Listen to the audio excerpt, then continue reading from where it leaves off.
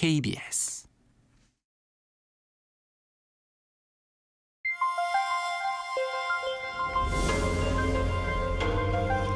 KBS 1라디오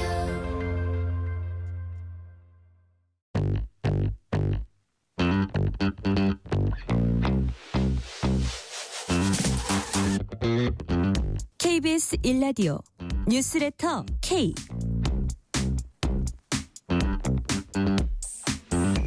안녕하세요. 뉴스레터 K 진행하는 전종철입니다. 2024년 새 밑에 벌어진 제주항공 참사. 가족과 동료들이 탑승한 사연들까지 알려지면서 안타까움을 더하고 있습니다.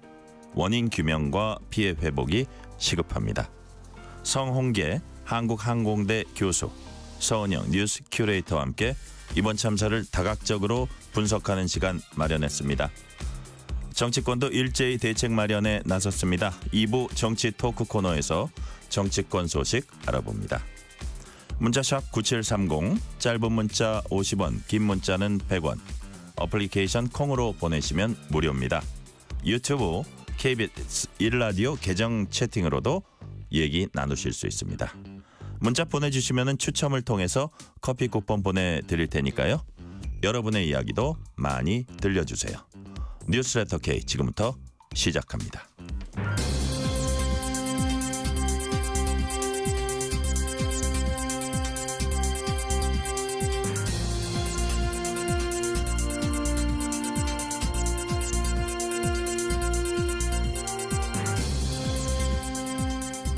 제주항공 여객기가 전남 무안공항에 착륙하다가 대규모 인명이 희생되는 참사가 어제 벌어졌습니다. 그동안 확인된 것들을 바탕으로 다각도로 분석하는 시간 마련했습니다. 한국항공대 항공우주 및 기계공학부 성홍계 교수님 그리고 서은영 뉴스 큐레이터님 나오셨습니다. 어서 오세요. 안녕하세요. 네, 안녕하십니까. 귀한 시간 내주셔서 감사드립니다. 자, 먼저 서은영 큐레이터님, 제주항공 여객기가 이제 태국 방콕에서 출발을 해서 무안공항에 접근하면서 외벽에 이제 충돌할 때까지 어떤 일이 있었습니까? 네, 이게 분단위로 여러 가지 급박했던 상황들이 좀 있어서 이 시간 단위 좀 설명을 좀 드리겠습니다. 일단 사고 여객기가 현지 시간으로 새벽 1시 반쯤, 우리 시간 기준으로 4시 반쯤에 승객 175명, 승무원 6명을 태우고 태국 방콕 수완나폰 공항을 출발했습니다. 이 비행기가 무안 국제공항에 접근한 시각이 8시 54분인데요. 이때 관제탑에 착륙 허가를 요청을 했습니다. 당시 관제탑과의 이 교신 내용을 보면 이때까지만 해도 별다른 문제는 없었던 것으로 보이고요. 8시 57분에 공항 남쪽 방향에서 활주로에 진입하던 여객기에 공항 관제탑에서 조류 충돌 경보를 알렸습니다. 그런 뒤로 갑자기 상황이 이제 급박해졌는데요. 네. 2분 뒤인 8시 59분에 기장이 메이데이, 조난 상황임을 긴급하게 알렸고요. 이와 동시에 착륙을 포기하고 갑자기 다시 하늘로 날아올랐습니다. 착륙 시도 과정에서 새떼와 충돌해서 폭발음과 함께 오른쪽 엔진에 불꽃이 보였다라는 목격담이 나온 것도 이 순간이었는데요. 오전 9시 급하게 무안공항 북쪽을 선회한 여객기가 반대로 활주로 북쪽에서 두 번째 착륙을 시도를 했습니다. 그런데 이때 비행기의 바퀴 즉 이 랜딩 기어가 내려오지 않으면서 여객기는 이 동체 착륙에 들어갔고요. 미처 속도를 줄이지 못한 채로 공항 외벽을 들이받고 폭발했습니다. 이때가 아침 9시 3분이고요. 조류 충돌 경보가 내려진 지 불과 6분이 지난 시간이었고 기장이 메이데이를 외친 지 4분 뒤였습니다. 네. 지금 이제 말씀하신 걸 들어보니까 메이데이 선언 그 후에 새떼 주의 경고 관제탑에서 했고 메이데이 선언, 새떼 충돌, 이른바 버드 스트라이크가 비상 상황 초래한 이제 원인으로 보이는데 유족과 사망자들이 또 나눈 대화도 있고 그래요? 보니까. 네, 그렇습니다. 이게 사고 비행기가 무안공항에 착륙할 예정이었던 어제 오전 이제 9시쯤에 탑승객 중 한 명이 공항으로 마중 나온 가족에게 보낸 메시지가 있습니다. 이 네. 메시지를 보면 새가 날개에 껴서 착륙을 못하고 있다. 잠깐 기다려라 라고 전했고요. 여기에 놀란 가족이 언제부터 그랬냐라고 물어보니까 방금이라고 답을 했습니다. 그리고 유언해야 하나라는 메시지를 끝으로 더 이상 연락이 오지 않았는데요. 비행기가 새와 충돌해서 이제 첫 번째 착륙에 실패한 직후에 가족들에게 좀 급박한 기내 상황을 전달했던 것으로 좀 보입니다. 국토부가 이제 어제 오전 8시 57분에 관제탑에서 조류 충돌 주의 경보를 보냈고 2분 뒤에 항공기 조종사가 조난 신호 보냈다고 했는데 네. 비슷한 시각에 이제 기내에서 탑승객들에게 조류 충돌 상황이 공유됐던 것으로 추정이 됩니다. 네. 자, 지금부터는 성홍계 교수님께 주로 이제 많이 여쭤볼게요. 버드 스트라이크로 인한 엔진 고장 사례는 이제 종종 있는 걸로 이제 저희들한테도 알려져 있고요. 네. 자, 기장들은 이 부분에 대한 여러 안전 수칙 숙지하고 있고 또 대응 훈련도 하고 있는 걸로 알고 있습니다.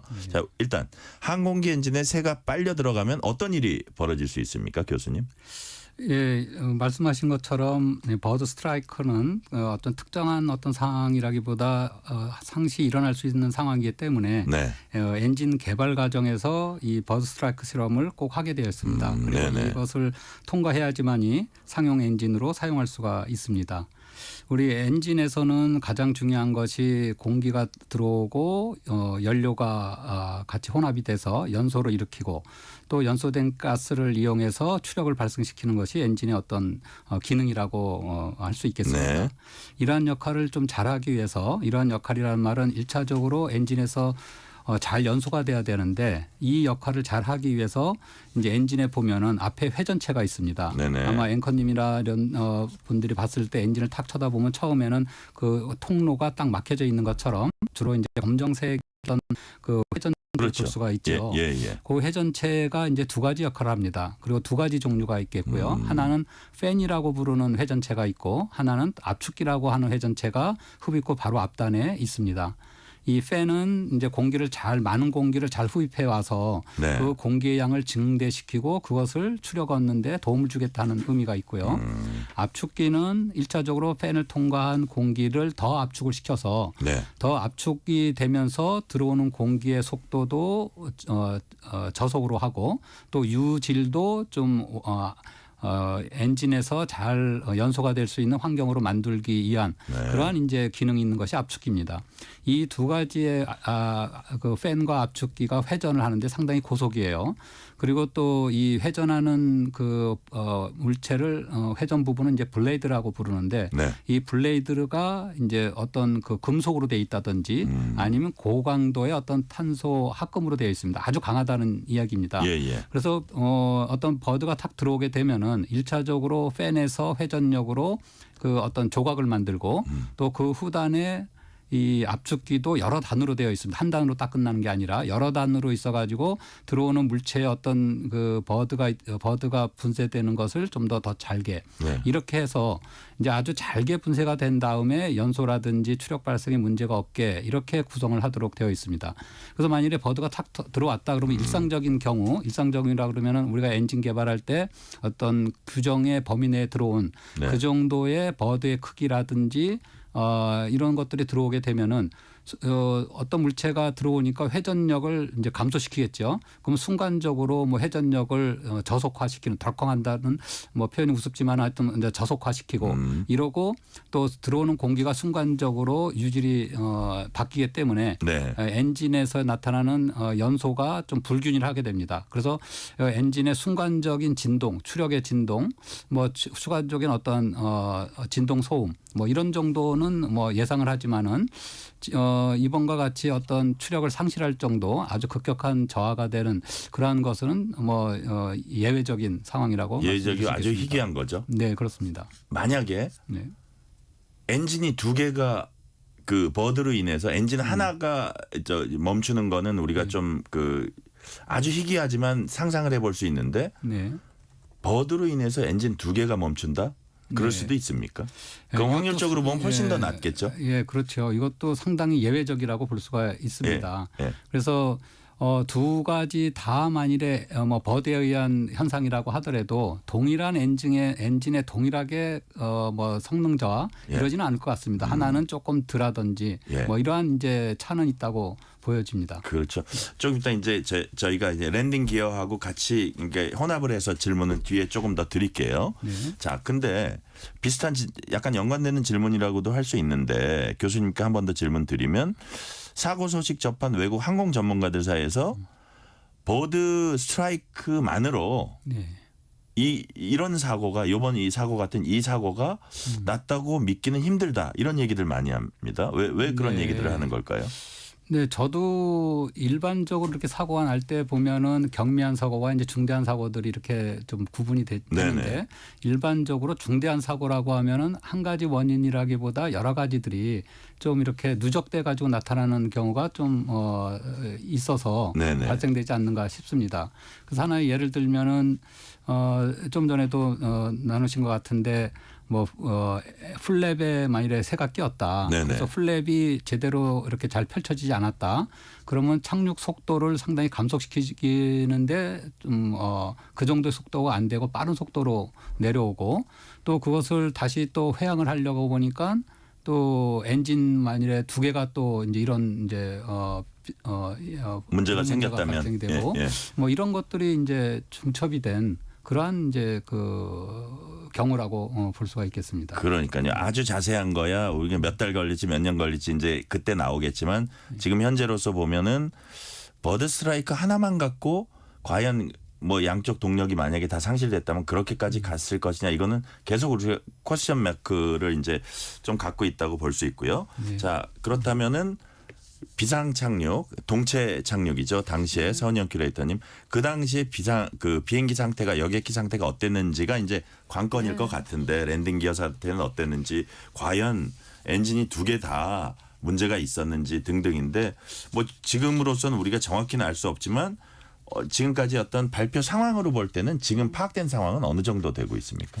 일단 이제 기체와 관련된 의혹들과 관련해서는 이제 네. 브리핑에서도 아주 뾰족한 좀 답을 주긴 좀 어려운 상황이긴 합니다. 일단 이 브리핑에 나선 유경수 국토부 항공안전정책관도 사고 동영상을 보면 뭐 여러 추정이 있을 수는 있지만 뭐 기체 이상이라든지 뭐 조종사의 당시 상황, 뭐 외부 요건 이런 것들을 복합적으로 규명을 해야 되는 상황이고 그 정확한 것은 결국에는 이 블랙박스 자료를 추출해서 봐야 이제 확인이 가능하다라고 하면서 그렇죠. 이제 좀 조심스러운 입장을 계속 내놓고 있고요.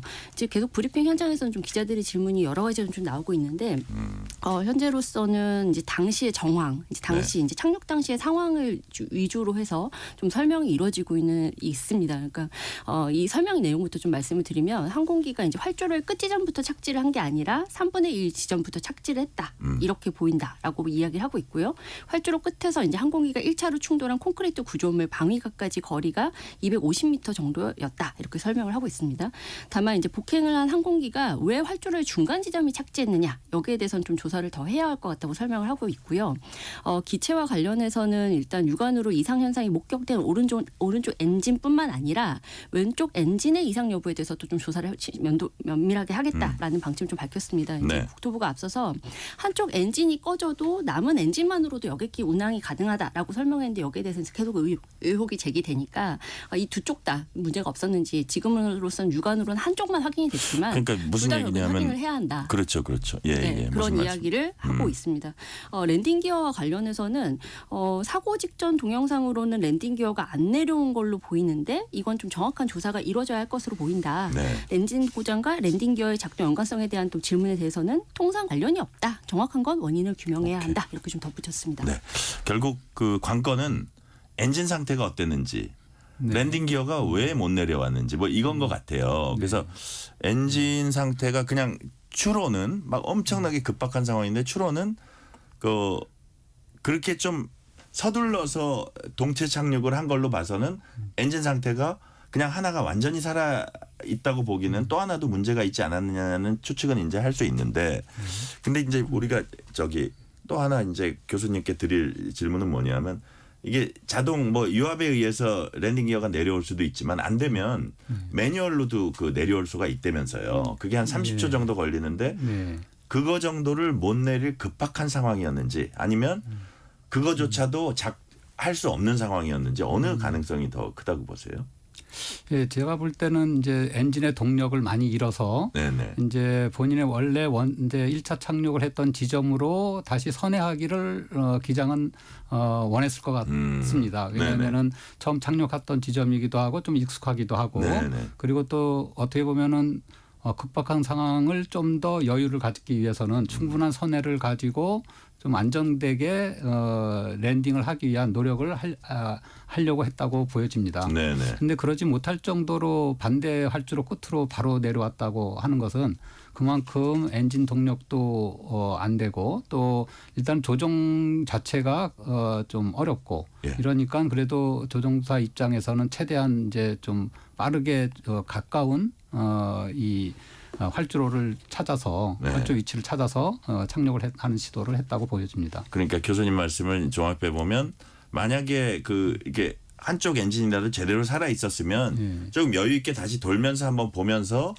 그 랜딩 기어도 한 번 더 땡겨 보고 했을 예. 텐데 예. 그럴 여건도 안 될 가능성이 크다고 이제 보시는 거죠. 네, 그 방향으로 그렇습니다. 보거나 네. 바로 돌아와서 그 동체 착륙을 한 걸 보면 네, 예. 그렇다면 지금 뭐 우리가 아주 정밀 조사가 다 마쳐야 나올 얘기지만 지금 현재로서는 양쪽 엔진에 다 문제가 생겼을 가능성이 있고 그다음에 그 매뉴얼로 하는 그 기어 있죠. 랜딩 기어도 내리는 상황이 여의치 못했을 가능성도 지금 상존하고 있는데 자, 이 질문 한번 드릴게요. 자, 랜딩 기어나 날개 부분에 저항 줄여주는 그 플랩이라는 게 있잖아요. 네, 예. 그것도 또 작동을 안 하더라고요. 네, 예. 그러니까 총체적으로 이게 다 안 된 것 같아요. 어떻게 네, 보십니까? 예. 그 부분은. 저도 기사에서 좀 봤는데 네. 어떤 승객분이 이제 이 날개 쪽에 버드가 좀 끼어서 있었다 이런 표현도 봤고요. 또 이게 조종이 순간적으로 많이 이제 잘 안 되는 거로 예, 봐서는 그런 플랩 쪽에서 일차적으로 뭔가 새가 끼어가지고 그랬다고 하면은 그러면 이제 그만큼 이 조종 그 속도를 조절할 수가 없으니까 이제 그런 면도 있고요. 네네. 또 만약에 두 개의 엔진이 문제가 있을 개연성은 충분히 있다고 보여집니다. 왜냐하면은 그 항공기 엔진에서는 주로 복합으로 작동을 시킵니다. 그래서 예. 한 개 엔진이 한 개 엔진에서 나오는 유압이 힘이 없더라도 다른 엔진에서 공급하도록 예, 이렇게 예. 이제 복합적으로 구성이 되어 있기 때문에 예, 이런 이제 큰 문제를 일으킨 원인으로 생각이 됩니다. 그러니까요. 복합적인 원인이 있었을 거다라는 말씀이시고 교수님한테 하나 더 질문드리면 이 사고기가 보잉 737-800 기종입니다. 예. 이 기종이 오늘 또 랜딩 기어 이상으로 긴급 회항했다는 이제 속보가 들어와 있고요. 아울러 이게 후속 기종이 아마 737-MAX인데 예. 이게 치명적인 추락 사고와 비교적 최근에 이제 연루된 기종이고 예. 이게 거의 그 연관되는 기종들인데 네. 그렇다면 해당 기종 737-800에는 엔진 등과 관련된 어떤 위험성이 좀 중대하게 보고된 적이 최근에 있습니까? 예, 이건 좀 제가 조심스럽게 말씀을 드려야 될 것 예, 같은데요. 예, 예. 이 기종이 사실상 이 단거리용으로 예. 상당히 많이 사용되는 그러한 엔진입니다. 예, 그러니까 우리가 만일에 이제 작은 다른 엔진과 비교해서 동수의 엔진이 작동됐고 그것에 비해서 사고가 많이 났다. 네. 그러면 이 엔진이 다른 엔진에 비해서 좀 안정적이지 못한 문제를 가지고 있다. 이렇게 예, 표현할 수도 있겠죠. 그런데 많은 비행 이력 속에서 나타나는 현상이기 때문에 이것이 유독 다른 엔진보다 더 안정성이 결여된 그러한 엔진이다라고 말하기에는 좀 어려운 면이 있습니다. 단지 한 가지 우리가 좀 잘 앞으로 확인해 봐야 될 거는 이 엔진이 그 어떤 사고 경위 또는 사고를 났던지 아니면 문제가 일으켰던지 하는 경향을 봤을 때 유사한 문제가 계속 보고가 된다는 것은 그 부품에 대한 또 아니 그 구성품에 대해서는 좀 잘 그 개선을 해야지 되는 그런 면이 있습니다. 그런 가운데 이제 랜딩 기어 뭐 이러한 이제 유압 부품 이것이 중복적으로 리포팅이 되고 있는 상황이긴 합니다. 네. 자, 서은영 큐레이터님, 사고 여객기 기장과 부기장에 관한 정보가 일부 공개가 됐어요. 비행 경험이 많은 베테랑이다 이렇게 알려져 있죠. 네, 맞습니다. 오늘 브리핑에서 이제 이 기장과 부기장의 이제 경력 관련된 질문이 나왔고 여기에 대한 네. 답변이 이제 공개됐는데요. 제주항공 여객기 이제 조종을 맡은 45세 기장 A 씨와 35세 부기장 B 씨의 비행 경력이 각각 6,800시간, 1,650시간이 넘는 것으로 조사가 됐고요. 예. 합하면 총 8,000시간이 넘는 겁니다. 국토교통부는 이 사실 공개하면서 사고 조종사의 과실 여부도 조사 대상인 건 맞지만 네. 뭐 자격 요건 미달 의혹과 같은 좀 근거 없는 이야기가 나오고 있어서 좀 경력을 공개한 것으로 안다 이렇게 좀 설명을 했고요. 네. 기장 A 씨 같은 경우에는 2019년 3월부터 제주항공에서 기장을 맡았고 부기장 B 씨는 지난해 2월부터 이제 부기장 역할을 해왔는데요. 제주항공에 입사하기 전에는 민간 항공 교육기관의 교관 등으로 활동해온 것으로 알려져 있습니다. 네. 자, 요거는 이제 저 교수님께 짧게 한번 드려볼게요. 이런 베테랑 그 기장 부기장이요. 이 정도 경험을 축적한 그 조종사들의 경우에는 어떤 비상 상황이 발생해도 그 상황에서는 최선의 대안을 찾는 걸로 사실 훈련돼 있는 거고 그게 전문가들 사이에서도 그런 믿음은 있는 거 아닙니까? 아, 그렇죠. 그리고 이분 같은 경우에는 뭐 6,000시간 이상을 비행한 아주 베테랑이시기 때문에 네. 뭐 그동안에 여러 경험들을 많이 했었을 거로 생각됩니다. 네. 근데 이번 같은 경우에 이제 워낙 그 이제 돌발 상황이 벌어져서 이런 일이 있다고 봐야 되겠죠. 그렇죠. 예, 우리가 또 그 어쨌든 그분들에 대해서 뭐 이렇게 너무 예단하고 이런 것보다는 지금 좀 이렇게 객관적으로 봤을 땐 그분들도 최선을 다했을 텐데 여튼 상황이 감당하기 어려운 그런 상황이 아니었을까 이런 뭐 추측은 드는데 자, 아까 말씀하신 대로 1차 착륙 시도 못하고 기술을 이제 상승한 뒤에 go around라 그러죠. 2차 시도에선 활주로 반대편에서 접근한 것도 워낙 다급했기 때문이라고 봐야겠네요. 예, 결국. 맞습니다. 네네. 예. 자, 그렇다면 그 활주로 방향 관련해서요. 어쨌든 다급하니까 그 반대편에서 들어섰다고 치는데 본래 이제 착륙하려던 그 방향 그쪽으로 보면은 외벽이 없었나 봐요. 그쪽은. 네, 예. 그래서 뭐 어떻게 보면 평지로 조금 더 나가면 우리가 그래도 한 줄기 어떤 희망이라도 좀 생각해 볼 수 있는 지나고 나니까 하는 얘기긴 네, 합니다. 예, 근데 예.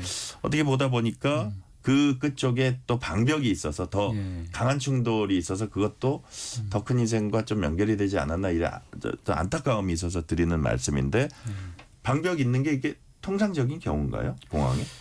예, 저도 아마 이 분야는 이제 그 공항 설계를 하는 그 네. 공학자들이 좀 정확하게 좀 판단할 수 있을 것 같습니다. 예, 그래서 예. 근데 단지 저는 이제 그 항공우주 어떤 기계 공학적인 측면에서 보면은 이러한 방벽을 설치 안 하는 것이 더 낫겠죠. 그리고 그렇죠. 만일에 예, 예.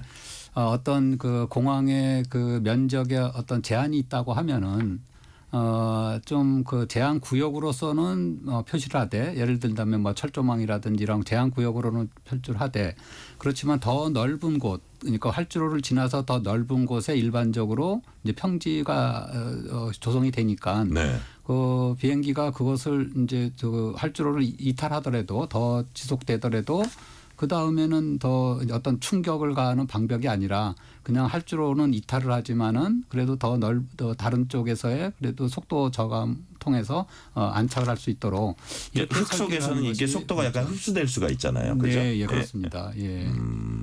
이 방벽이라고 하면 이제 충격인데 네. 이 충격에 의한 것은 이 비행기에 뭐 연료도 있고 네네. 그러니까 어떤 폭발 위험성을 생각한다 그러면은 방벽을 설치 안 하는 것이 이 어떤 항공공학적으로는 예. 더 바람직하다고 말씀드릴 수 있겠습니다. 단지 거기에 어떤 이유가 있어서 뭐 공항 설계 관점에서 예. 뭔가 그거를 설치할 수는 있겠죠. 그거에 대해서는 자세하게 좀 알아야지 뭐 답변을 드릴 수 있겠습니다. 네. 그리고 이것도 뭐 지나고 보니까 자꾸 우리가 또 집착을 하게 되는 부분이 동체 착륙을 위해 활주로에 이제 착지한 지점 있잖아요. 네. 지점이 이렇게 결과적으로 좀 활주로 길이를 충분히 활용하지 못했다 이런 지적도 좀 합니다. 그 부분은 네. 역시 다급해서 그랬을까요? 어떻게 조금 더 이게 여유가 있었으면 그러진 않았을 것 같아요. 예, 그랬을 것 같습니다. 아까 말씀드린 대로 조종사 입장에서는 일단은 1차 시도를 못했기 때문에 네. 충분한 선회를 가지고 이제 여유 있게 안전하게 하려고 하는 것은 뭐 기장으로서 충분히 이제 그렇게 하려고 했다고 보여집니다. 근데 네네.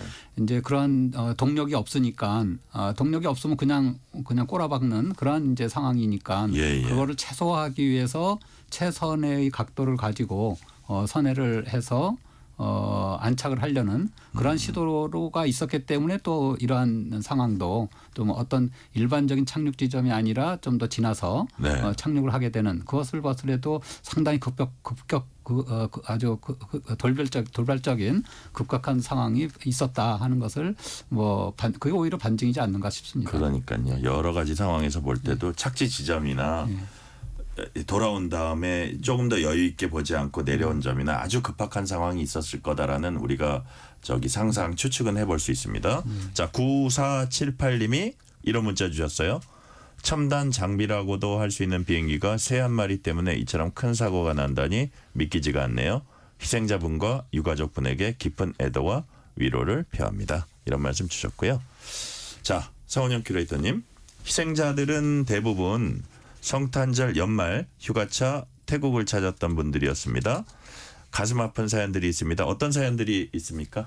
네, 이게 사고 항공기 탑승객 대부분이 이제 크리스마스를 맞아서 3박 5일 일정으로 이제 태국 방콕에 다녀오다가 참변을 당했는데요. 네. 패키지 상품 이용객의 좀 특성상 대부분은 가족 단위로 좀 성탄 여행을 떠났다가 비극을 맞이한 것으로 알려졌습니다. 어느 하나 안타깝지 않은 사연이 없는데요. 이 80세 노부를 모시고 팔순잔치를 떠난 일가족 9명이 한날 한시에 목숨을 잃었고요. 대학 합격을 축하하는 의미로 남자들끼리만 뭉치자면서 여행을 떠난 산부자도 참사의 희생자가 됐습니다. 2021년생 손자와 막내 아들 부부를 하루 만에 잃은 할머니는 우리 아기 생애 첫 여행이었는데 라며 가슴을 쥐어짰는데요. 이 3살 아이가 바로 이번 사고의 최연소 희생자입니다. 아픈 딸을 돌보느라 이제 평생 해외여행 꿈도 꾸지 못했던 노부부가 60여 년 만에 첫 해외여행을 떠났다가 참변을 당하기도 했는데 이번에 큰마음 먹고 이 딸을 이모에게 맡겨두고 여행을 갔는데 이모는 이 딸이 큰 충격을 받을까 봐 부모의 사망 사실조차 알리지 못했다고 합니다. 네. 자, 181명이 탑승해서 승무원 2명이 이제 생존했고 나머지 179명이 사망을 했는데 그 사망한 명수는 다 이제 확인이 됐고요. 네, 다만 맞습니다. 신원 확인은 아직 다 안 되고 있는데 신원 확인 어느 정도까지 지금 되고 있습니까? 지금 현재까지 이제 신원이 확인된 사망자가 오후 2시 반 기준으로 146명인데요. 네. 지금 사고 현장에선 피해자들 유류품 등에 대한 수색 작업이 다시 진행이 되고 있는 상황이고요. 현재 이제 151명의 지문을 채취했지만 나머지 사망자들은 시신 훼손이 너무나 심해서 DNA를 판독해서 신원을 확인을 해야 합니다. 또 네. 미성년자들 같은 경우에도 DNA 판독 후에 가족과 비교 작업을 통해서 신원을 파악해야 하는 상황이고요. 당국이 지금 2시간에 3명씩 신원 확인이 가능한 DNA 신속 판독기 3대를 배치를 해서 좀 신원을 확인하고 있습니다만 네. 그래서 좀 작업이 더디게 좀 진행이 되면서 지금 이제 유가족들 상당히 애를 태우고 있는 상황인데요. 가장 최근 브리핑 기준으로 보면 아마도 이 신원 확인 이후에도 장례까지 최소 10여일은 소요될 것이다라는 이야기가 좀 나오고 있습니다. 그렇게 되면 한 1월 8일 정도에야 어느 정도 이제 결과가 나올 수 있다라는 이야기인데 네. 이게 아무래도 이제 사망자들 시신을 이제 국립과학수사연구원에 보내서 여기서 이제 검안 검시 과정 거치는 것까지 이제 상당히 좀 시간이 걸리기 때문에 이제 이런 것으로 이해가 되고요. 네. 지금 경찰에서 이야기하는 걸로는 179명의 사망자 가운데서 지금 장례 절차를 위해서 유가족에게 시신 인계할 수 있는 사망자가 5명밖에 안 된다. 뭐 추가로 조금 더 나올 수는 있지만 당장은 좀 조속한 검안은 어려운 상황이다. 이렇게 좀 설명하고 있습니다. 자, 서은영 큐레이터께 하나만 더 여쭤볼게요. 유족들은 희생자들 신원 모두 확인될 때까지 장례 절차 논의는 하지 않겠다. 이런 뜻을 이제 밝힌 것으로 알려졌습니다. 이거 포함해서 유족들 상황 이모저모 지금 어떤 얘기들이 좀 거기 있는지 전해주세요. 네, 지금 일단 이 공항에 유족들을 위한 공간이 마련돼서 그곳에서 네. 이제 모여서 이제 소식들을 계속 기다리고 있는 상황인데 지금 오늘 오전부로 제주항공 참사 유가족들이 대표단을 꾸렸습니다. 그러면서 이 시신 수습과 신원 확인이 모두 완료될 때까지 장례 절차를 중단하겠다라는 뜻을 밝혔는데요. 이 유족 대표로 나선 박한신 씨가 우리는 겪어봤다. 이 세월호 때도 그렇고 우리를 흩어지게 하면 그들의 힘은 강해진다라면서 우리가 다 같이 모여 있으면 목소리를 낼 수 있다. 개별적으로 이 장례 절차 관련한 미팅하는 것은 될 수 있으면 멈춰주길 바란다. 이렇게 좀 당부했습니다. 다만 이제 향후 장례 절차에 대해서는 유가족들마저 좀 생각이 엇갈리는 것으로 알려졌는데요. 일부에서는 좀 합동 분향소를 만들어서 장례를 함께 치르자라는 의견도 있는 반면에 신원이 확인되는 대로 운구를 원한다라는 유족들도 있는 것으로 알려졌습니다. 제주항공은 일단 유가족들이 원하는 방식과 절차를 좀 최대한 존중해서 진행하겠다라는 방침이고요. 오늘 이 무안의 합동 분향소가 마련이 됐는데 사실 공항이 아닙니다. 근데 유가족들이 공항에 좀 합동 분향소를 마련해 줬으면 한다라는 의견을 낸 상황입니다. 네, 이 시간 교통 상황 알아봅니다. 라디오 교통정보센터 김민혜 리포터 나와주세요. 네, 이 시각 교통 정보입니다. 퇴근 시간대가 다가오면서 곳곳으로 이동량 빠르게 늘고 있습니다. 우선 서울시내 간선도로는 올림픽대로 하남 쪽인데요. 동호대교에서 성수대교 부근에서 추돌 4구나 처리하고 있고요. 강변북로 일산 방향은 월드컵대교에서 가양대교 부근 4차로에서도 추돌 4구나 처리를 하고 있습니다. 고속도로는 경부고속도로 서울 쪽 안성 분기점에서 남사까지 7km 더디게 쓰다고 있고요. 수원에서 신갈 분기점까지도 주춤하고 이후 달래내에서 반포까지는 7km 밀리고 있습니다. 중부고속도로 하남 방향은 남이천 나들목에서 모가까지 6km가량 어렵고요. 이후 경기 광주 나들목에서 중부 1터널까지는 3km 정체입니다. 영동고속도로 인천 방향은 양지에서 양지 터널까지 속도 줄이고 있고요. 동수원에서 부곡까지는 9km가량 어렵습니다. KBS 교통정보센터였습니다. 퇴근길 당신과 함께 읽는 세상 이야기 KBS 일라디오 뉴스레터 K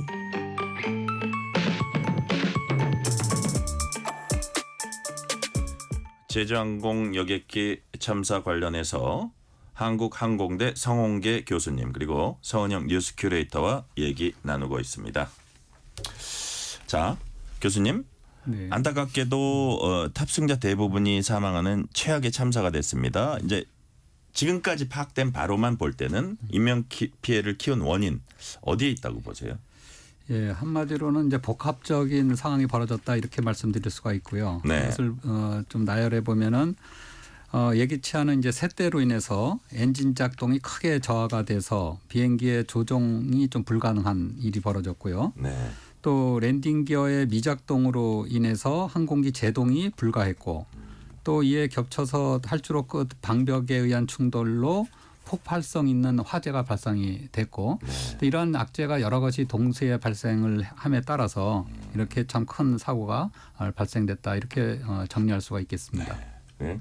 어떻게 비행기의 엔진의 문제, 랜딩 기어의 문제, 화재로 인한 폭발성까지 아주 치명적인 요인들이 다 이제 있었다고 보여지는데 자, 폭발로 인한 화재 이후 이제 초진까지 43분 걸렸다고 하는데요. 교수님, 이 부분도 역시 말씀하신 대로 인명 피해를 키운 요인 중에 하나라고 봐야겠네요.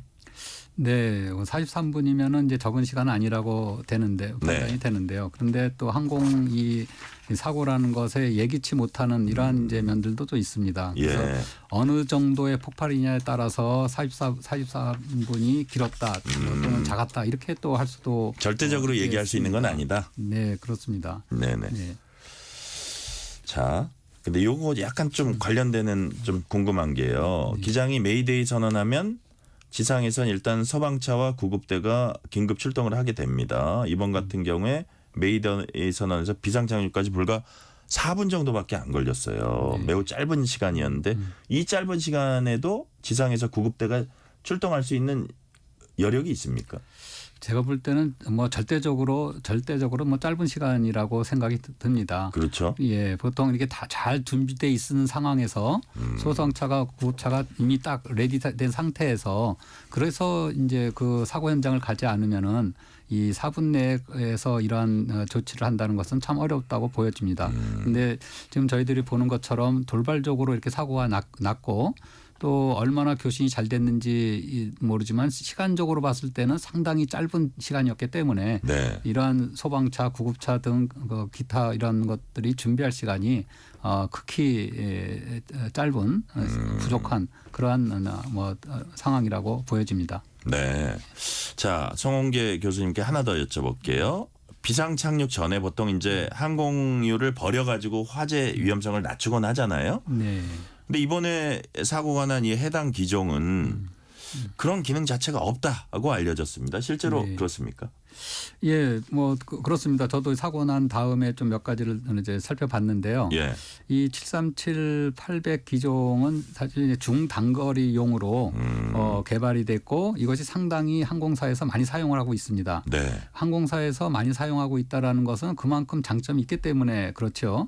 그래서 이런 설계 관점에서는 이 어떤 간단하고 경량 시스템으로 또 비행 경제성을 위해서 가능한 이제 컴팩트한 그런 이제 설계가 들어갔다고 보여집니다. 아, 예. 그래서 이제 그러한 것들을 또 예를 보여줄 수 있는 것이 랜딩 기어 어떤 도어 시스템이 없어요. 네. 그리고 지금 말씀하신 것처럼 이제 그 기름을 버리는 어떤 퓨얼 덤프 시스템도 사용하지 않고. 퓨얼 덤프. 예, 예. 근데 이런 것들이 사실 이제 어떤 복잡한 시스템을 야기하는데 이것이 없다라는 것은 그만큼 뭐 경량 컴팩트 그리고 또 어떤 효율 관점에서 경제성 뭐 이런 것들에 초점이 맞춰져 있는 엔진이라고 보여집니다. 그래서 항공사들도 경제성을 봤을 때는 이 엔진이 뭐 좋다 이러한 판단에서 사용을 했다고 보여집니다.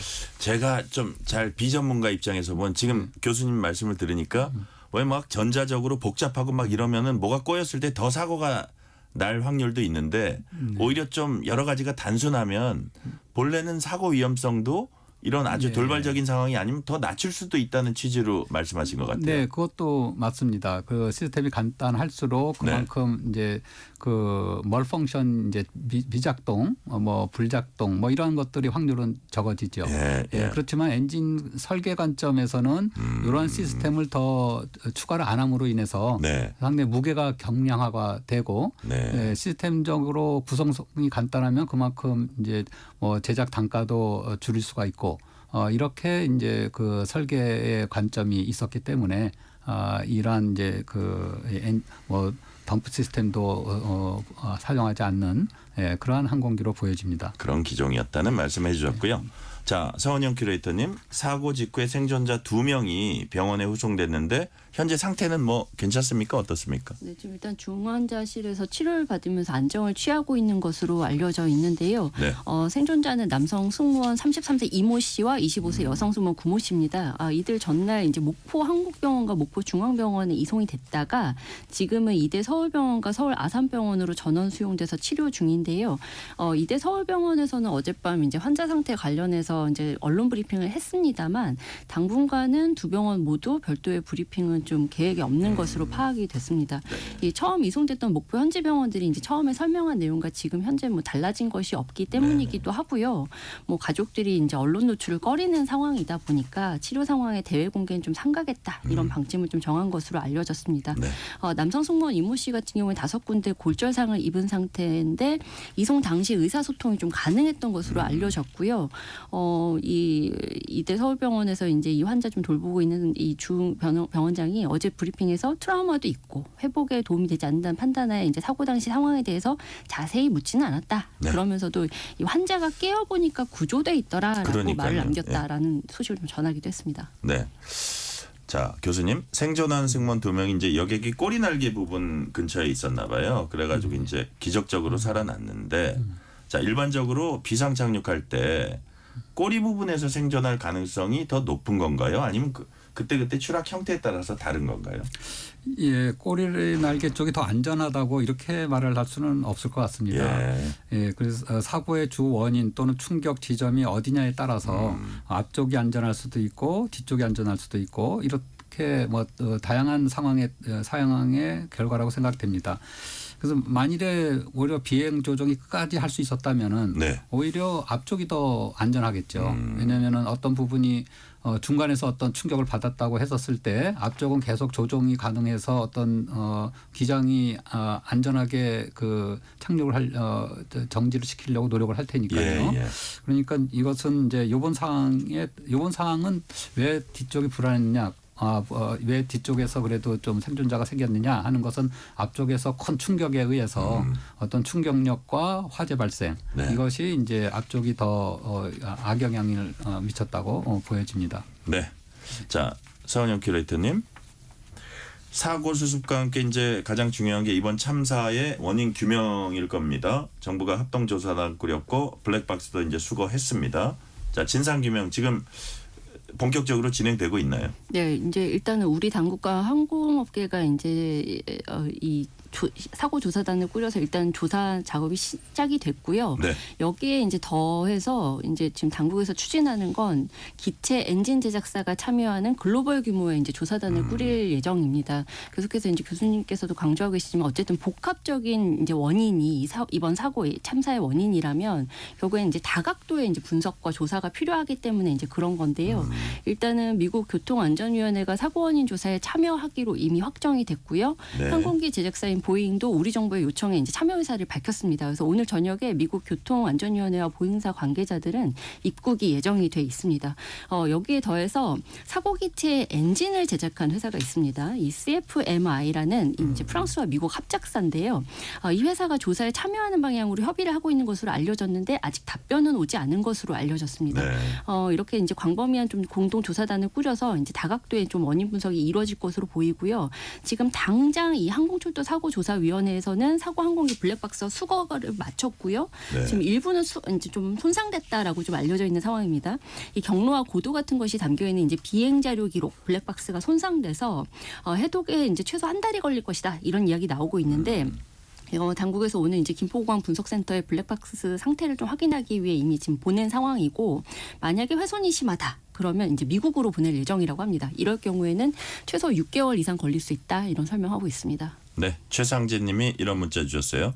이번 안타까운 사고를 극복하고 더욱더 안전하고 평화로운 나라로 만들어서 고귀한 생명들의 희생이 헛되지 않도록 해야 할 것입니다. 삼가 고인들의 명복을 빕니다. 말씀해 주셨고요. 자, 성원기 교수님. 자, 우리가 블랙박스 하면 보통 비행 기록 장치, 음성 기록 장치 이런 것들 이제 얘기하는데 지금 김포공항 시험 분석센터가 블랙박스 분석에 들어갔다고 해요. 좀 이제 그 훼손이 일부 좀 됐다고 하는데 외관 비행 기록 장치의 외관이 훼손된 상태인데 이게 뭐 복원이 가능한지 데이터까지 훼손됐는지 아니면 훼손되더라도 복원이 가능한지 이거 따지고 있나 봐요. 근데 자, 몇 달, 짧게는 몇 달, 길게는 3년 걸린다고 합니다. 왜 이렇게 오래 걸려요?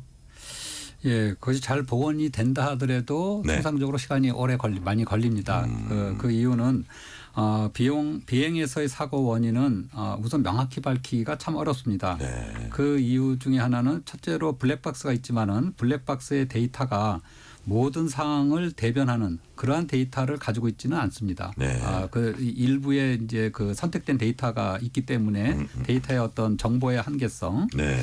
그리고 비행 시의 돌발 상황이라는 것이 상당히 복잡하고 참 미묘하기 때문에 뭐 정확한 원인 파악이라는 것이 상당히 어렵습니다. 예, 예. 그리고 더욱이 이런 이제 인명사고이고 중대한하고 또 이해관계도 있고 이러니까 완벽한 시나리오가 구성되기 전까지는 네네. 이것을 뭐 발표하기가 상당히 좀 난해합니다. 그래서 이러한 여러 가지의 조사 분석에 있어서 만전을 기해하기 때문에 네네. 예, 많은 소요가 들 수밖에 없다고 말씀드릴 수 있겠습니다. 그렇군요. 아주 이게 정밀하게 하고 정확하게 하기 위해서는 저 시간이 뭐 몇 년씩 걸리기도 한다. 그런 말씀이시네요. 네. 자, 서은영 큐레이터님. 이번 사고 직전에 이제 운항 기록을 보니까 상당히 이제 빽빽했던 것 같아요. 사고가 난 여객기가 사고 직전 이틀 네. 동안 13차례 비행을 한 걸로 확인됐고 일본에 도착한 지 50분 만에 무안공항을 향해 출발했다고도 합니다. 근데도 또 뭐 정비 이런 매뉴얼은 지켰다고 해요. 어떻게 이건 지금 파악이 되고 있습니까? 이 네, 부분. 일단 제주항공에서는 이제 뭐 정기 검사, 그리고 상시 검사 이런 것들은 모두 다 주기적으로 제대로 이루어졌다라고 일단 설명을 하고는 있고요. 네. 말씀하신 대로 지금 이제 딱 사고 직전 48시간 운행 기록을 이제 살펴봤더니 8개 공항을 오가면서 이제 13차례 운항을 했다. 그럼 이제 이게 그러니까요. 평균적으로 공항 체류 시간이 대체로 1시간 내외로 짧았는데 이제 과연 이게 주요 부분 점검하고 뭐 살피는데 이런 것들이 좀 충분한 시간이 있었느냐 여기에 네. 대해서는 의문이 좀 제기가 되고 있기는 한 상황입니다. 근데 이 제주항공이요, 이제 이 사고 여객기뿐만 아니라 이제 이 항공사 전체로도 여객기 평균 가동 시간이 굉장히 긴 항공사입니다. 그러니까 이게 보통 LCC가 이제 대한항공이나 아시아나항공에 비해서도 긴 편인 것이 맞는데 네. 특히나 이제 다른 여타 LCC와 비교해서도 상당히 가동 시간이 길다. 그러니까 월 418시간, 418시간이라고 하거든요. 그러면 다른 항공사 평균이랑 봤을 때 최대 한 25% 많다고 볼 수도 있고요. 뭐 대한항공 비교 보면 355시간, 아시아나 335시간. 그러니까 다 대부분 모든 항공사들이 다 300시간대에서 이제 이 평균 가동이 되거든요. 네. 그런데 지금 이제 제주항공 같은 경우 418시간이라고 하니까 훨씬 길군요. 압도적으로 좀 높다라고 자, 좀 설명을 거기까지 드릴 수 말씀해 있겠습니다. 주시고요. 네. 교수님 똑같은 질문을 드리면 네. 일본 갔다가 다시 무안공항으로 돌아오는데 딱 50분 만에 이륙을 했다 그래요. 네. 이런 것들이 약간 정상입니까? 이럴 수도 있는 겁니까? 어떻습니까? 뭐 저희도 여행을 해보면은 그런 경우는 좀 자주 보는 것 같습니다. 아, 그래요? 예, 오자마자 이제 안에 이렇게 뭐 정비하고 바로 그 다음 이제 승객이 타고 그거는 네. 이제 비행 스케줄에 따라서 만일에 좀 지연이 됐으면은 네. 또 출발할 때는 정시간을 지켜야 되고 뭐 이런 상황들이 많이 있는데 네. 그렇지만은 이제 그런 상황 속에서도 필요한 점검은 하고 이제 그 출발을 합니다. 그래서 이 비행기도 뭐 얼마나 짧았는지는 모르겠지만은 짧은 시간 동안에 최소한 꼭 그 해야 될 점검은 하고 그다음에 운행을 했다고 그렇게 네. 봅니다.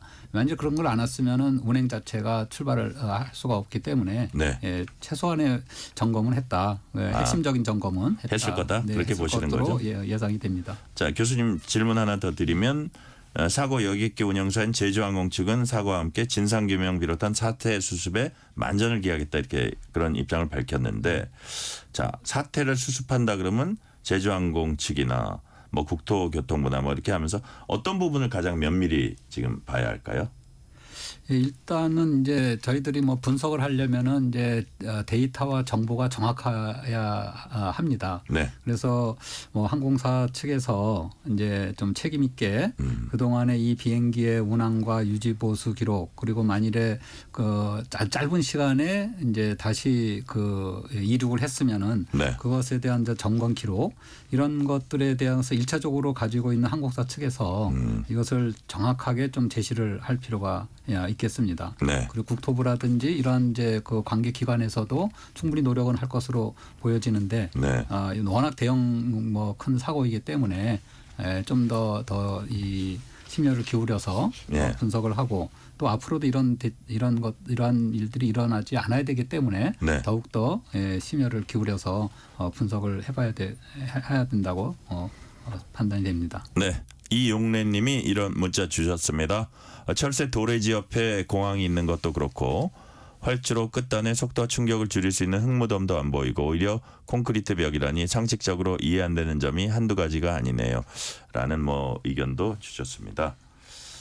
자, 서은영 큐레이터님. 정부는 국토교통부 차원에서 사고 원인 규명하고 이제 수사도 진행할 걸로 나타났습니다. 짧게 요거 요약해 주시면 어떤 내용입니까? 네, 결국엔 이제 사고 원인 규명과 이제 뭔가 이제 이 관련자들 과실 문제 이제 이 두 가지가 이원화돼서 이제 조사가 이루어져야 될 것으로 보이는데요. 네. 이 국토교통부와 항공철도사고조사위원회가 이미 이제 사고 원인 규명 작업에 착수했고요.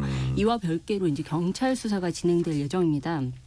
경찰 수사 같은 경우에는 아무래도 이제 과실, 책임 규명 이 부분을 이제 좀 집중해서 이루어질 것으로 보이는데 네. 관제 조주 충돌 방지 활동 같은 이제 공항 운용에 문제가 없었는지라든지 내지는 이제 제주항공의 뭐 기체 점검이나 정비, 뭐 운항 전반의 과실이나 범죄 혐의점이 없는지 이런 것들을 살펴보는 역할을 수사본부가 맡을 것으로 알려졌습니다. 네.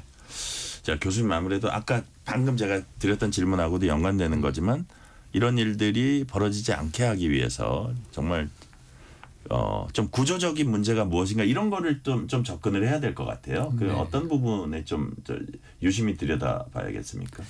예, 이번 경우에는 어떤 메이데이라는 것을 신호를 보내고 이제 급격하게 이제 짧은 시간 내에 처리를 해야 되는 네. 이런 상황이기 때문에 이 기장 입장에서는 상당히 불가항력적인 면들이 있었다고 보여집니다.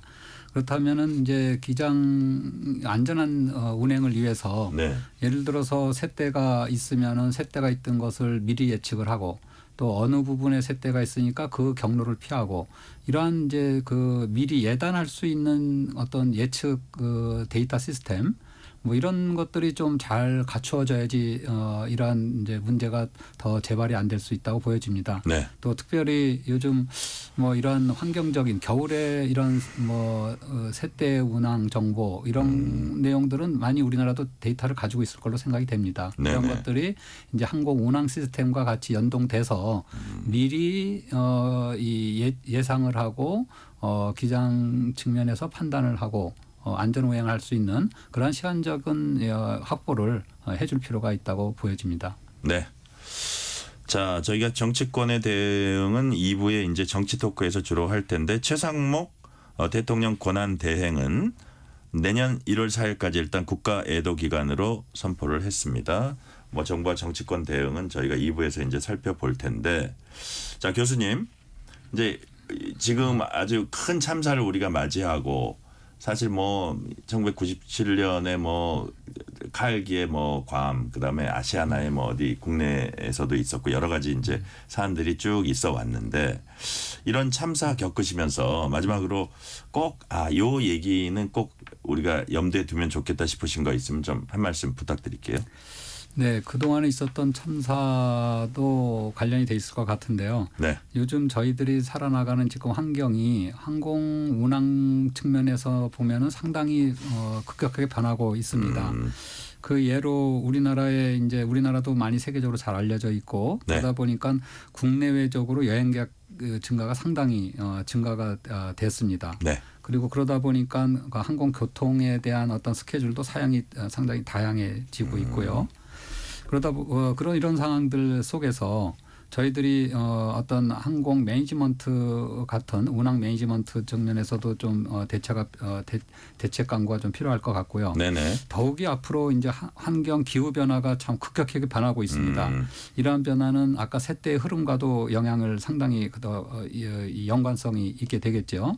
네. 이와 같이 이제 다양한 이제 상황들이 변하고 있는데 우리 지금 나라에서 네. 환경 관점에서 네. 이러한 것들에 대한 이제 항공 안전 뭐 기술과 미리 예측할 수 있고 대처할 수 있는 기술 또 어떤 인프라에 대한 준비 네. 이런 것들이 같이 병행이 돼서 잘 대처를 할 필요가 있게 되겠습니다. 네, 오늘 말씀은 여기까지 듣겠습니다. 지금까지 성홍계 한국항공대 교수 서은영 뉴스 큐레이터였습니다. 교수님, 큐레이터님 말씀 감사합니다. 감사합니다. 네, 감사합니다. 뉴스레터 K 1부 마치고 2부가 이어집니다.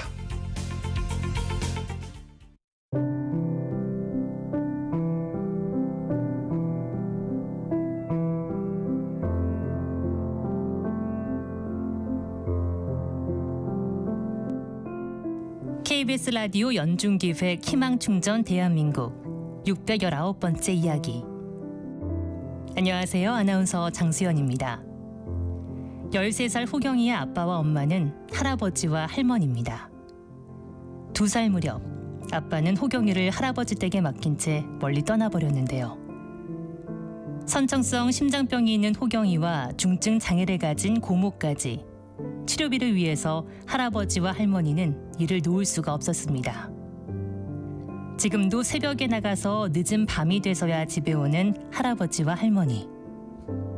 약한 심장 탓에 심한 운동과 외출도 힘들고 고모가 곁에 있어도 대화와 소통이 쉽지 않아서 호경이의 마음은 늘 외롭기만 한데요.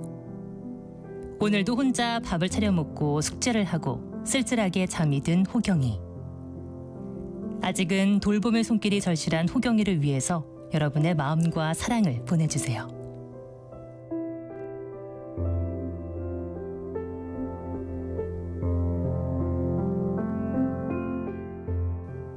여러분의 따뜻한 손길이 희망의 빛이 됩니다. ERS 060-700-1580 060-700-1580 한 통화 3,000원으로 희망을 선물해 주세요. KBS 라디오 연중기획 희망충전 대한민국은 초록우산 어린이재단, 인탑스 주식회사, 그리고 청취자 여러분과 함께합니다. ERS 060-700-1580 한 통화 3,000원입니다.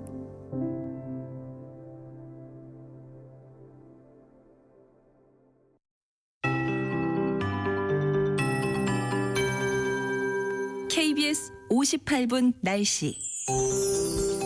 오늘부터 내일 이른 새벽까지 강원도와 충북, 전북, 경북 내륙 산지에 비나 눈 오는 곳이 있겠습니다. 소강 상태를 보이는 곳도 있겠는데요. 눈의 양 1cm 미만으로 적겠지만 빙판과 도로 살얼음 나타나는 곳이 있을 것으로 보이니까 주의하셔야겠습니다. 12월의 마지막 날인 내일은 구름 많다가 점차 맑아지겠고요. 제주에는 가끔 구름이 많이 끼겠습니다. 따라서 대부분 지역 해넘이를 볼 수 있겠고 모레 새해가 시작되는데 모레는 전국적으로 가끔 높은 구름만 지나겠습니다. 강원 동해안과 경상권 등 동쪽은 맑겠습니다. 따라서 동쪽이 더 뚜렷하게 해넘이를 볼 수 있겠고요. 또 나머지 지역은 낮은 구름 사이로 해돋이를 볼 수 있겠습니다. 당분간 기온은 평년보다 좀 높겠지만 내일과 모레 아침 기온을 살펴보면 경기 북동부와 강원 강원도 영하 10도 안팎까지 떨어지는 등 추워지는 곳이 많겠습니다. 서울도 많이 떨어집니다. 서울 영하 3도, 철원, 대관령 영하 7도 등 영하 7도에서 영상 4도 분포입니다. 바람도 강하기 때문에 체감온도는 더욱 낮겠습니다. 강원도와 전북에는 눈이 쌓여있는 곳이 꽤 있습니다. 영동 및 경북 동해안, 경북 산지 또 일부 경남권 등 대기 건조한 상태라 화재 예방에 신경 쓰셔야겠고요. 강원 산지를 위시해서 전국에 바람이 강하겠고 산지 쪽은 보다 더 강하겠습니다. 지금 서울의 기온은 6도입니다. 강혜종입니다.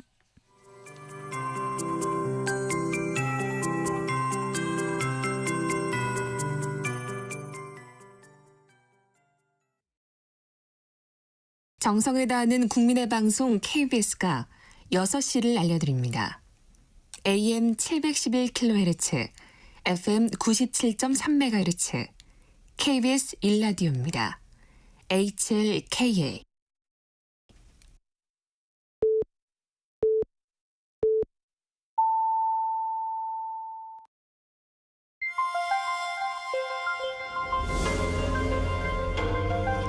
KBS 1라디오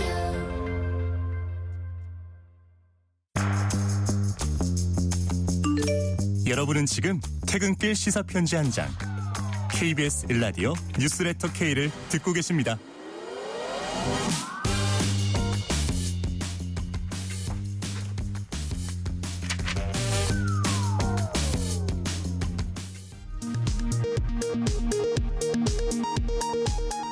이 시각 라디오 정보센터 뉴스입니다. 국토교통부는 제주항공 여객기 참사의 블랙박스가 김포공항 시험 분석센터로 옮겨져 본격적인 분석이 시작됐다고 밝혔습니다. 또 관제 교신 자료를 수집하고 관련 관제사 면담 등을 진행하고 있다고 설명했습니다. 사고 조사를 위해 미국 국가교통안전위원회와 보잉사 관계자들도 오늘 입국할 예정입니다. 국토교통부가 제주항공 사고 여객기와 같은 기종인 보잉 737-800에 대해 전수 특별 점검을 실시할 것이라고 밝혔습니다. 우리나라에서 운용되고 있는 보잉 737-800은 모두 101대입니다. 전국 곳곳에서 열릴 예정이던 제야 새해맞이 행사들이 취소되거나 축소됐습니다. 광주 전남 지역에서는 무등산 해돋이 행사와 제야의 종 타종식 등이 취소됐고 서울시는 내일 밤 예정된 보신각 제야의 종 타종 행사를 애도 분위기 속에 간소하게 치르기로 했습니다. 비상계엄 사태를 수사하는 공조수사본부가 오늘 오전 0시 서울 서부지방법원에 내란 우두머리 혐의를 받는 윤석열 대통령에 대한 체포영장을 청구했습니다. 수사기관이 현직 대통령에 대해 체포영장을 청구한 건 이번이 처음입니다. 헌법재판소가 헌법재판소의 별도 결정이 있기 전까진 국회에서 탄핵소추안이 의결된 한덕수 국무총리의 직무정지 효력이 일단 인정된다는 입장을 밝혔습니다. 대통령 권한대행의 탄핵 의결 정족수 논란에 대해선 재판부가 판단할 문제라고 했습니다. 지금까지 라디오 정보센터 뉴스 편유희였습니다.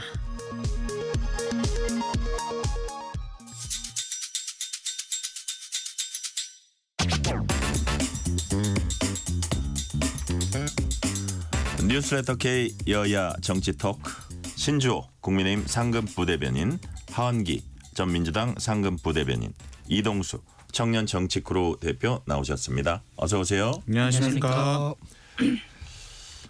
제주항공 참사와 관련해서 최상목 대통령 권한대행은 1월 4일까지를 국가 애도 기간으로 선포했습니다. 정치권도 제주항공 참사를 수습하기 위해서 분주한 모습입니다. 자, 이동수 대표님. 예. 먼저 여야 각 당 모습 조금 정리를 해 주세요. 예, 먼저 국민의힘 같은 경우에는 어제 사고 직후에 이 무안공항 여객기 추락 사고 수습 태스크포스를 구성했습니다. 네. 이 여당 내 국토위, 행정안전위, 보건복지위 의원 등이 참여해서 이 사태 수습을 지원한다는 방침을 내세웠고요. 이 권성동 원내대표 역시 오늘 오전에 이제 공항 참사 현장을 방문해서 피해 상황을 점검하고 수습 방안을 논의했습니다. 그리고 이제 오늘 전국위원회 투표로 이 비상대책위원장 취임 절차를 마무리 지은 권영세 의원도 이제 첫 일정으로 현장을 방문했고요. 더불어민주당 역시 어제 이제 항공참사 대책위원회를 발족했는데요. 위원회 산하에 이 상황본부와 사고수습지원단, 유족지원단 등 3개 기구를 두고 이 기구들을 중심으로 대응에 나선다는 방침입니다. 이재명 대표 같은 경우에는 어제 참사 현장을 바로 방문을 해서 이제 밤에는 또 유족들을 위로했는데요. 이 원인 규명과 대책 마련도 중요하겠지만 지금 무엇보다 중요한 것은 사고수습이라면서 우리 당은 대책위원회를 중심으로 할 수 있는 모든 것을 다 하겠다라고 밝혔습니다. 그러니까 지금 여야를 불문하고 책임 소재를 가리기보다는 먼저 사고수습이 먼저라고 지금 대체적으로 보고 있는 것 같습니다. 네. 일단은 뭐 정부가 키를 잡고 이제 수습하고 대응하고 원인 규명하고 있지만 자, 하원기 부대변인 네. 이게 정치권이 할 수 있는 영역이 또 있을 것 같아요. 정치권이 어떤 거를 좀 이럴 경우에 할 수 있을까요? 일단 재난특별지역으로 선포가 됐으니까 그 관련 법 규정에 맞게끔 뭐 금융, 안전, 행정 이런 것들이 잘 지원이 돼야 할 텐데 네. 아시다시피 지금 정부가 대행의 대행 체제 이렇게 돼 있지 않습니까? 네네. 그래서 많이 혼란스러울 텐데 국회가 지원할 수 있는 것 좀 지원하고 좀 백업할 수 있는 부분은 또 백업하고 또 챙길 수 있는 건 챙기고 이렇게 좀 뒷단에서 해야 될 것 같아요. 사실 재난 지역에 가서 유족들 만나보고 이런 것도 중요하지만 네. 거기 일선은 뭐 실무자들 있는 경우에는 오히려 혼란을 가중시킬 수도 있거든요. 의전 같은 게 추가되고 이렇기 때문에 네. 그래서 국회에서 할 수 있는 일들 위주로 좀 챙겨 나가면 좋겠다 이렇게 생각합니다. 그러니까 쉽게 말해서 여야 정치권이 워낙 큰 일이니까 거기에 이제 현장 찾아서 애도하고 이런 거는 뭐 분명히 필요한 일이지만 어쨌든 국회에서 조금 더 제도적으로 뒷받침할 수 조용히 하면서도 실질적으로 어떤 도움이 되는 거를 하는데 주력하면 좋겠다 이런 취지로 우리 하원기 부대변인 말씀하신 것 같은데 네. 자 신주호 부대변인은 어떻게 정치권이 어떻게 해야 된다고 보세요? 그러니까 하원기 부대변인께서는 지금 사고 수습에 방점을 두셨다면 저는 개인적으로 이제 재발 방지 체계에 조금 주안점을 둬야 되지 않을까 생각합니다. 물론 이것이 그 세대와 충돌해서 뭐 사고가 발생했다 그런 추측이 지금 되고 있지만 왜 이런 사고가 발생했는지를 원인 규명을 더 철저하게 해서 다시는 이런 일이 발생하지 않도록 재발 방지책을 확고하게 마련하는 것도 전 필요하다라고 봅니다. 물론 그 뭐 세대나 이런 조류 충돌 같은 자연적 현상까지 인간의 힘으로 막기는 힘듭니다만은 그러한 것들도 예방할 수 있게끔 뭐 조류를 그 이렇게 물러뜨리게 할 수 있는 인력을 확보한다라는 그것을 법률로 규정을 한다든지 그러한 것들이 좀 필요하지 않을까 생각합니다. 예. 네. 오늘 보니까 윤석열 대통령이 그 페이스북에 저기 입장을 밝혔어요. 이 어려운 상황 극복을 위해서 국민 여러분과 함께하겠다. 이동수 대표님 네. 어떻게 보셨습니까? 일단은 이 윤석열 대통령이 계속 지금 뭐 수사도 거부를 하고 있고 헌법재판소의 헌법 이 탄핵소추 심리도 계속 지금 지연을 시키고 있는 상황이잖아요. 그래서 본인이 이제 대통령으로서 뭐 할 일을 하겠다 약간 이런 의지를 간접적으로 보여준 게 아닌가 생각이 되는데요. 물론 이제 윤석열 대통령이 이제 그런 입장 표명한 거는 그래도 이제 현직 대통령으로서 뭐 저는 이게 뭐 할 만한 이런 발언이었다라고 생각을 하는데 사실 지금 상황에서 윤석열 대통령이 전면에 나서는 거는 뭐 국민들 뭐 이런 통합이라고 해야 되나요? 이런 차원에서도 적절하진 않다고 생각을 합니다. 네, 하원기 부대변인님은 어떻게 보세요? 사실 뭐 뭘 해도 좋게 보진 않을 것 같아요. 국민들이 뭐 그걸 알고 있을 텐데 근데 뭐 이동수 대표님께서 말씀하셨다시피 그래도 현직 대통령이 가만히 있을 수는 없으니까 뭔가 본인이 정치적으로 행정적으로 뭘 하겠다는 의지를 표명한 거라기보다는 예. 원론적인 차원에서 애도하고 뭐 그런 메시지로만 그냥 보고 있습니다. 그냥 어쩔 수 없는 거 아닌가 싶기도 하고요. 대통령으로서 최소한의 도움만 애도를 다했다. 안 하기도 안 하면 안 하는 대로 또 이상하고. 네, 이상하니까 예, 예. 그냥 그런 정도로만 보고 있습니다. 네. 우리 신주호 부대변인은 그 저기 입장 내시는 거 보고 어떤 생각했습니까? 전 당연히 내셨어야 된다고 생각합니다. 그래요? 두 분의 의견과 저도 같은 의견이라서요. 여기에는 사실 그 다른 그 입장이 존재하진 않을 것 같습니다. 대통령이기 때문에 이 국가적인 참사 비극에 대해서는 당연히 애도하고 슬픔을 국민과 함께한다라는 입장을 내시는 거는 저는 적절했다고 봅니다. 네. 자, 지금부터 본격적으로 정치권 이슈 살펴보겠습니다. 방금 말씀드린 이제 윤석열 대통령에 대한 얘기입니다. 고위공직자범죄수사처가 내란 혐의를 받는 윤석열 대통령에 대한 체포영장을 청구했습니다. 현직 대통령에 대한 체포영장 청구 헌정사상 처음입니다. 자, 신주호 부대변인 어떻게 평가하십니까? 그러니까 헌정사상 초유의 일들이 올해 12월에 좀 많이 벌어지는 것 같습니다. 이 부분에 있어서 대통령께서도 법적 책임을 마다하지 않겠다라고 말씀하셨던 만큼 네. 저는 그 입장에 걸맞는 태도를 보이셔야 될 거라고 생각합니다. 만약에 체포영장이 발부된다면 얼마나 큰 국가적인 비극이겠습니까? 현직 대통령이 수갑을 차는 모습이 전국에 생중계가 될 수도 있는 문제거든요. 근데 그러한 문제를 발생시킨 원인이 무엇인지 저희가 한번 제대로 복기를 해보고 이런 그 헌정사상 초유의 사태를 하루라도 빨리 속히 매듭 지을 수 있도록 정치권이 다 같이 노력을 해야 될 거라고 봅니다. 자, 하원기 부대변인님. 예.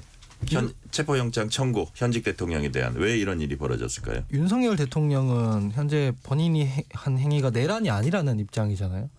내란이 아니라는 입장이고 그렇게 자신이 있으면 수사에 협조를 좀 했으면 좋았을 것 같아요. 공조원에서 소환 조사를 했을 때 공수처에서도 그랬고 나가서 설명을 하고 조사를 받았으면 체포영장까지 청구될 일이 없었을 거잖아요. 근데 체포영장 청구되는 거는 원칙적으로 저 같은 사람한테도 그렇습니다. 뭔가 혐의가 있을 때 소환 조사에 한 3번 이상 불응하면 체포영장 그냥 나오는 거거든요. 그래서 그렇게 할 수밖에 그건 없었던 아주 정상적인 수순이다. 예, 법 앞에 만인이 다 평등하니까요. 그래서 윤석열 대통령께서 수사에 응하지 않았기 때문에 어쩔 수 없이 체포영장이 청구됐지만 긴급 체포가 만약 된다고 해서 이게 일이 잘 해결되는 건 아닙니다. 왜냐하면 체포영장을 받아서 체포가 됐을 경우에는 48시간 구금밖에 못 하거든요. 그럼 다시 돌아와야 되는데 계속 도돌이표가 됩니다. 그래서 대통령이 전향적으로 수사에 응해 주든가 체포영장이 발부됐음에도 불구하고 지금 같은 태도를 보이면 다음엔 구속영장으로 넘어갈 거거든요. 그렇게 되면 신주호 부대변인이 말씀하셨던 것처럼 국가적으로 참 큰 비극이지 않습니까? 네. 지금이라도 생각을 좀 달리 먹고 수사에 응했으면 좋겠다 이렇게 말씀을 드립니다. 네. 이동수 대표님. 네, 저는 사실 윤석열 대통령과 윤석열 대통령 측이 어떤 목적으로 사실 이렇게 계속 뭐 수사 같은 것들을 피하고 하는지 좀 그 부분이 좀 의아하긴 하더라고요. 실익이 없어 보여요. 네, 왜냐하면 이제 이 처벌이라든지 아니면 탄핵 심판 이런 거를 피할 수 있다고는 본인들도 생각하지 않을 것 같아요. 근데 국민의힘 같은 경우에는 지금 어떻게 보면은 이 차기의 향후에 예상되는 대선을 앞두고 이재명 대표의 대법 판결이 먼저 나오길 지금 바라는 마음에서 시간 끄는 측면이 있다고 생각하거든요. 현실적으로 그게 가능하다고 보세요? 저도 근데 그것까지는 잘 어떻게 예단을 할 수 없을 것 같습니다. 근데 이제 윤석열 대통령 입장에서는 그 대선이 언제가 되든 이재명 대표의 재판이 언제가 뭐 결론이 나든 간에 본인한테는 실익이 전혀 없는데 이렇게 뭐 수사라든지 탄핵 심판을 계속 회피하는 듯한 인상을 보여주면은 이제 나중에 있을 뭐 진짜 재판이라든지 이런 데서 어떻게 불이익으로 작용하지 않을까 생각이 들고요. 다른 걸 다 떠나서 도의적인 측면에서도 대통령으로서 이제 헌법과 법률을 존중하는 모습을 보여주는 게 가장 중요하다라고 말씀을 드리고 싶습니다. 근데 윤 대통령 측이 뭐라 그랬냐면요. 수사 권한 없는 기관의 체포영장 청구다. 라면서 관련 의견서를 서부지법에 이제 제출했다고 하고 형사소송법상 체포영장 요건에도 맞지 않는 불법수다다. 라고 했습니다. 신주호 부대변인님 어떻게 보세요?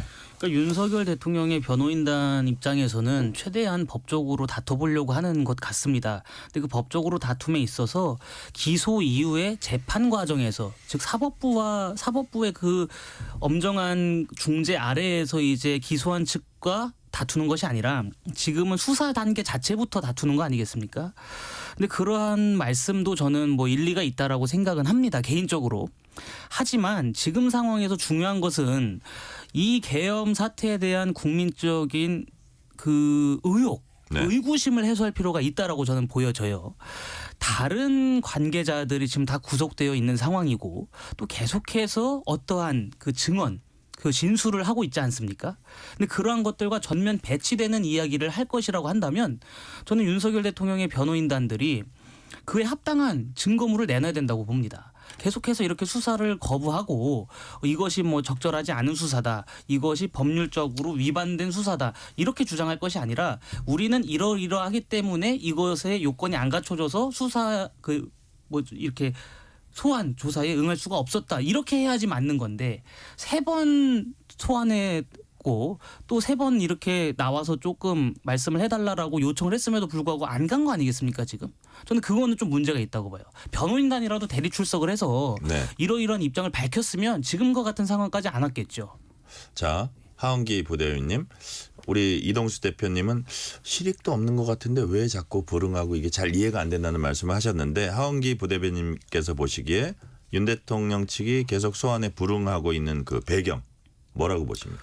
저는 윤석열 대통령이 말하는 소환 불응 명분은 일단 납득이 안 되고 말이 안 된다고 생각해요. 공수처가 뭐 내란에 대해서는 수사 권한이 없다 이렇게 말하고 있잖아요. 네. 근데 3차 소환 불응한 건 공수처가 아니라 공조본입니다. 공조본에는 경찰도 들어가 있기 때문에 내란 수사에 대한 권한이 당연히 있고요. 그래서 저는 일단은 그 방어 논리 자체가 말도 안 된다고 생각을 하고 그럼에도 불구하고 시간을 보내는 이유는 탄핵 심리 먼저 해야 된다는 입장이 대통령실에서 몇 번 나왔습니다. 그러니까 탄핵은 뭐 헌재에서 자신이 있다는 거죠. 막을 이미 공공연하게 나오는 게 6인 체제에서 뭐 한 명이라도 반대하면 안 된다는 거 잘 알고 있는 사실이고 그리고 그 한 명은 6인 체제로는 뭐 심리할 수 없다는 의견도 보도되고 있는 상황이라서 탄핵까지만 막아 놓으면은 형사법상 어떤 내란죄는 좀 어떻게 되는 거 아니냐. 왜냐면은 탄핵이 안 되면은 이거는 새로운 뉴노멀이 생기는 거잖아요. 어떤 통치행위로서 인정이 되는 거니까 그런 식의 어떤 계산을 하면서 버티고 있는 것이 아닌가라고 추정해 봅니다.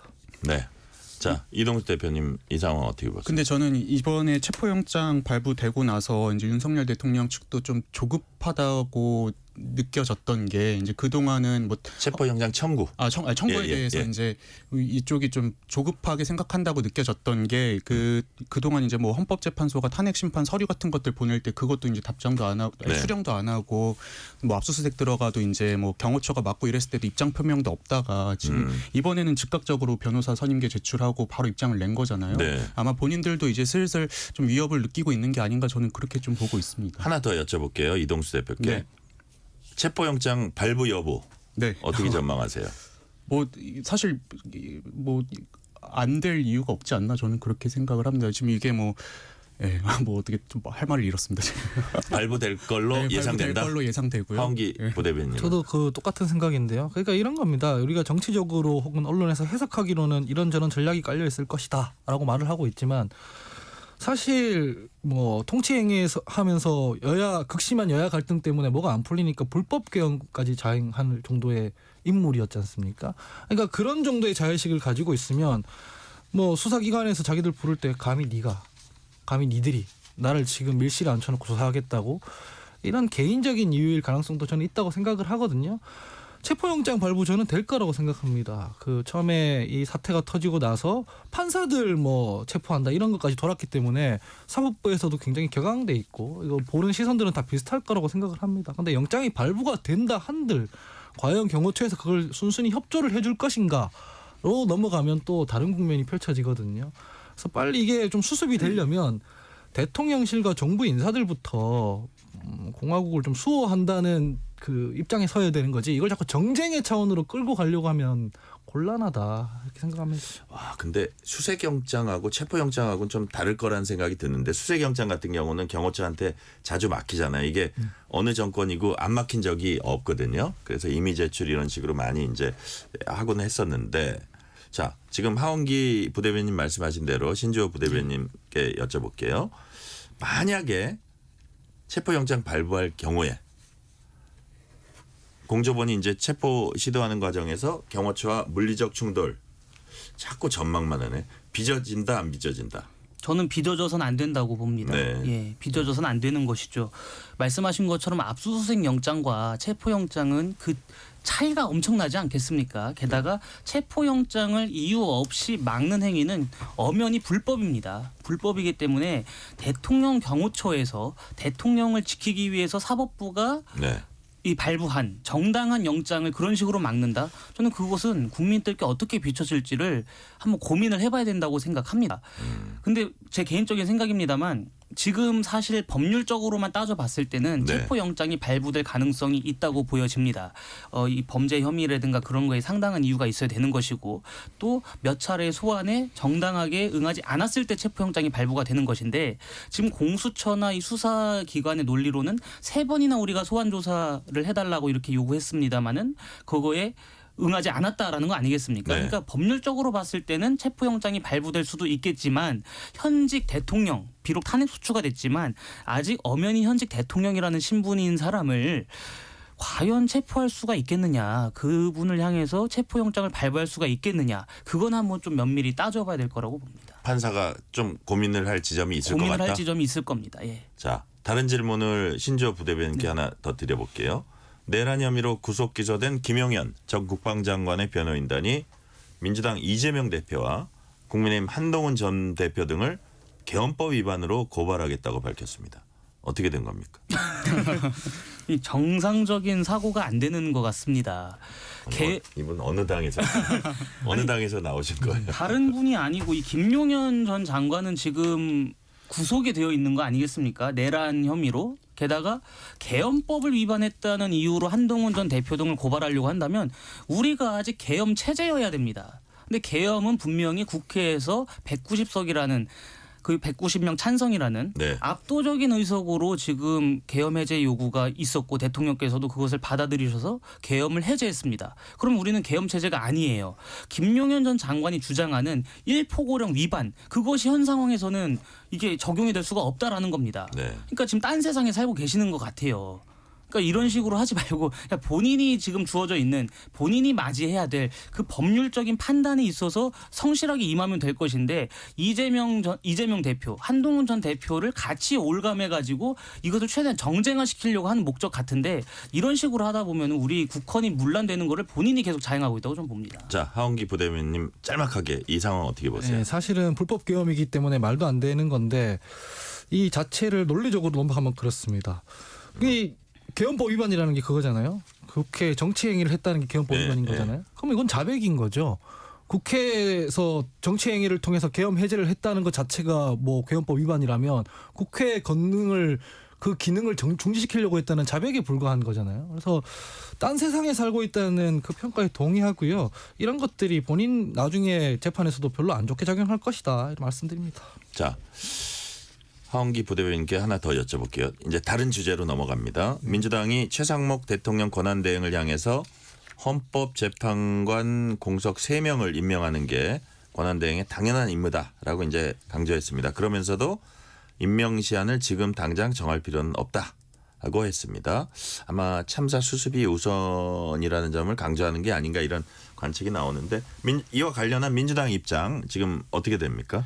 저는 뭐 사실 이게 임명은 임명대로 하면 된다고 생각을 하는데 현실적인 상황을 보면 최상무 권한대행이 대통령 권한대행도 하고 있고 총리 권한대행도 하고 있고 그리고 부총리 역할도 하고 있고 네.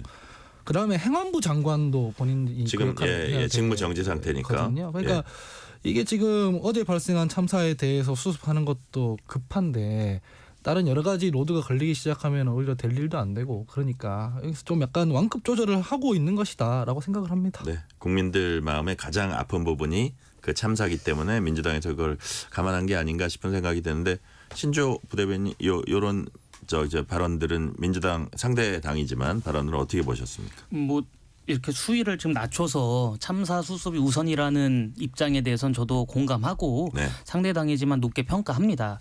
하지만 이 헌법재판관 3명을 임명하기 위해서라면 한덕수 국무총리를 탄핵하면 안 됐죠. 대통령 권한 대행인 한덕수 총리조차도 네. 헌법재판관 3명을 임명하는 것에 있어서 이런 법적인 다툼 이런 것이 있기 때문에 그 전례를 만들어 달라라고 지금 국회 요청을 한 거 아니겠습니까? 그랬는데도 민주당이 그거를 완강히 거부하고 탄핵을 시켜놓고서 대행의 대행한테 이걸 임명해라. 그러면 그 대행의 대행 입장에서는 어떻게 임명하겠습니까? 임명할 수가 없는 거예요. 게다가 한덕수 총리가 대통령 권한대행을 하면서 헌법재판관 3분을 임명하지 않겠다라고 한 게 아니라 잠시 보류. 다만 우리가 지금 이런 헌정사상 유례가 없는 일이 있었기 때문에 이거는 국회에서 조금 입법부로서 네. 어느 일치된 견해를 주시면 이거를 사실상의 전례로 우리가 만들겠다. 판례로 만들겠다. 이렇게 하신 건데 그거를 거부해놓고서 대행의 대행한테 임명해달라. 이렇게 말하는 건 저는 좀 어폐가 있다고 봅니다. 자, 이동수 대표님. 네. 자, 대행의 대행이 더더욱 임명할 수 없을 거라고 신조 부대변인이 말씀하셨는데 네. 자, 보시기에 네. 자꾸 전망만 우리 이동수 대표님한테 물어봐서 좀 미안하네요. 내가 헌법재판관 임명 관련해서 최상목 권한대행이 어떤 그 임명을 하기는 힘들 걸로 보세요? 아니면 그건 고민하고 있다고 보세요? 근데 지금 이제 이 한덕수 권한대행이 언제 다시 복귀할 수 있을지도 모르는 상황인 거잖아요. 예, 그런 예. 상황에서 이걸 마냥 지연시킬 수는 없지 않을까 저는 생각이 됩니다. 일단 이 최상목 권한대행에게도 부담이 큰 건 사실인 것 같아요. 왜냐하면 본인의 어떻게 보면 상관이라고 할 수 있는 한덕수 국무총리가 이제 본인이 직접 임명하지 않고 이제 여야가 합의해라 이렇게 넘겼었잖아요. 근데 네. 그런데 이제 최상목 이 부총리가 그거를 임명하기엔 좀 부담은 있을 거라고 저는 판단은 되지만 근데 이제 최상목 부총리 스스로도 사실은 이번 계엄에 대해서 굉장히 반대를 했었고 이렇게 헌법재판관 임명을 늦추는 것 자체가 어떻게 보면 계엄에 찬성하는 것 같은 인식을 또 국민들에게 줄 수 있는 부분이기 때문에 본인도 심정적으로는 일단은 동의하지 않지 않을까 이렇게 생각을 합니다. 그리고 또 저는 제일 중요한 거는 이 최상목 권한대행이 이번에 헌법재판관을 본인이 이제 사람을 발굴해서 임명하는 게 아니잖아요. 국회에서 추천한 사람들을 그냥 어떻게 보면 형식적으로 그냥 임명하는 절차이기 때문에 네. 저는 최상목 부총리가 이제 결국에는 임명하게 되지 않을까 그렇게 좀 생각을 하고 있습니다. 결국에는 임명할 거다. 뭐 당장이 혹시 아니더라도 예. 좀 시간이 걸리더라도 좀 민주당에서도 막 당장 뭐 탄핵하겠다 이게 아니고 조금 더 압박 이런저런 여러 가지 다양하게 압박을 하면 결국 임명할 것 같다고 이제 말씀하셨어요. 네, 저는 그렇게 생각하는 게 사실 민주당 입장에서도 지금 제일 급한 거는 헌법재판관 3인을 빨리 임명해서 대통령 탄핵 심판을 신속하게 진행하는 거지. 네. 뭐 여타 이제 뭐 특검법이나 이런 거는 사실 어떻게 보면은 탄핵 심판에 비해서는 부차적인 것들이잖아요. 약간 격가지예요. 예, 지금 저는 상황에는. 그렇게 보고 예. 있고요. 그래서 민주당 입장에서도 이 최상목 부총리를 또 압박하기에는 조금 부담이 있지 않을까. 일단은 그 줄탄핵에 대한 어떤 비판도 있을 수 있고 가장 중요한 게 그 민주당 입장에서도 최상목 부총리와 대화하는 게 제일 쉬운 상황이 아닌가 싶어요. 왜냐하면 최상목 부총리마저도 탄핵이 될 경우에는 교육부 총리인 이주호 장관이 이제 그거를 또 물려받게 될 텐데 네. 이제 어떻게 보면 이주호 부총리도 정치인이잖아요. 근데 이제 최상목 부총리는 정치인 출신은 아니기 때문에 민주당 입장에서도 뭐 협상하고 소통하고 하기에 그나마 부담이 가장 적은 분이 아닐까라는 저는 판단을 하고 있습니다. 자, 하 부대변인님. 사실 이제 방송통신위원장 직무 정지된 그 상황에서는 민주당이 이제 서둘지 않았습니다. 6인 체제 계속 이제 유지를 시켰고. 근데 지금은 이게 그 3명을 빨리 임명 동의를 거쳐 가지고 임명하는 게 뭐 여러 가지로 민주당 입장에서 이제 좋다고 생각하는 것 같아요. 그래서 그럼에도 불구하고 완전체를 만드는 거는 당연하다. 이런 입장입니까? 민주당 입장에서 좋다기보다는 이런 건데 지금 한덕수 전 권한대행이죠. 네네. 전 권한대행이 헌법재판관 3명에 대해서 뭐 국회 합의가 없었다 이렇게 얘기하는 건 거짓말입니다. 일단. 왜냐면은 국회에서 민주당이 2명을 추천하고 국민의힘이 1명을 추천하는 게 합의가 됐었고요. 그다음에 합의가 됐었기 때문에 추경호 원내대표 시절에 국민의힘목 청문위원까지 이미 추천 명단이 다 넘어가 있는 상황이었습니다. 근데 상황이 바뀌니까 합의가 안 됐다고 지금 우기고 있는 것이지 실제로는 거짓말이고요. 제가 말씀드리고 싶은 건 이런 겁니다. 만약에 지금 국민의힘이나 정부에서 하는 대로 끝까지 버텨서 뭐 4월이 돼서 뭐 대통령 추천 몫인 헌법재판관까지 퇴임을 하고 이 상태로 그러면 최악의 상황 그러니까 헌정 질서가 무너진 상태로 최상목 뭐 부총리든 누구든 권한대행 체제가 쭉 뭐 1년이든 2년이든 간다고 생각해 보자고요. 그래서 대선이 열린다고 보자고요. 그랬을 때 만약에 민주당이 집권했을 때 국민의힘처럼 똑같이 하면 어떻게 할 겁니까? 그러니까 뉴노멀이 생긴다는 거예요. 이런 상황이 생겼을 때 빨리 신속하게 헌법재판관 9명을 임명해서 탄핵에 대해서 이야기를 해야 되는데 보수 정부에서 이렇게까지 해놓고 보수 정당에서 이렇게까지 했는데 만약에 윤석열 대통령이 다시 돌아오거나 했을 때는 네. 어떤 판례가 생기냐면 권력 집단이 여기까지 해도 되는구나. 그러니까 우리 야구에서 보면은 스트라이크인지 볼인지 던져보고 여기까지가 볼이고 스트라이크인지 딱 먼저 알아보고 하지 않습니까? 그런 것처럼 새로운 기준이 생기는 거예요. 그러면은 민주당이 집권했을 때 이 무슨 계엄하고 뭐 헌법재판관 임명 안 하고 이거를 하나의 정치적 카드로 만지작거리게 될 텐데 민주당이든 국민의힘이든 그러면 야당 입장에서는 그런 상황에서 뭐 야당으로 있는 내내 공포에 떨어야 됩니다. 그런 상황에서 무슨 여야 합의의 정신 이런 게 있겠습니까? 이런 상황에서는 일단은 헌정 질서를 회복하는 게 먼저이기 때문에 최상목 권한대행 같은 경우가 그나마 계엄 사태에서 명시적으로 반대했던 인물 두 명의 인물 중 한 명이긴 하니 좀 상식적으로 빨리 판단을 했으면 좋겠다는 생각입니다. 네. 자, 이번 질문은 신주호 부대변인한테 드릴게요. 쌍특검법, 즉 내란특검법, 김건희 여사 특검법에 대한 공포 아니냐, 제2요구 아니냐. 내일 이제 국무회의에는 상정될 걸로 보입니다. 그도 그렇게 행사 시한이 다음 달 1일인데 신정 휴일입니다. 그러니까 내일 어떻게든지 처리는 될 걸로 보입니다. 어떻게 전망하십니까? 어느 쪽입니까? 지금 상황에서는 네. 이 부분에 있어서 한덕수 권한대행이 공포하지 않았기 때문에 민주당이 탄핵을 한 거 아니겠습니까? 그것도 예, 예. 하나의 그 소추 요소였어요. 그렇기 때문에 저는 최상목 부총리, 그러니까 최상목 권한대행도 이거는 거부권을 행사하지 않을까 생각합니다. 지금 상황에서 이것을 받아들이는 것은 그동안에 김건희 특검법 같은 경우에는 분명히 위헌적인 요소가 있었다라고 계속 얘기를 해왔었던 것이고, 내란 특검법 역시도 지금 상당히 많은 수사 인력과 뭐 공조수사본부까지 출범해가지고 수사를 진행하고 있는 상황입니다. 굳이 특검까지 갈 필요가 있느냐, 이런 또 인식이 있을 수 있기 때문에 저는 최상목 부총리가 이것에 있어서도 거부권을 행사하지 않을까, 그래서 국회로 다시 돌아올 것 같습니다. 자, 그러니까 이런 얘기 같아요. 한덕수 대행 시절에 있었던 스탠스하고 지금 최상목 부총리가 된 스탠스하고 정부 입장에서 보면 변동의 요인은 없었다. 이런 얘기 같은데 하은기 부대변인께 여쭤볼게요.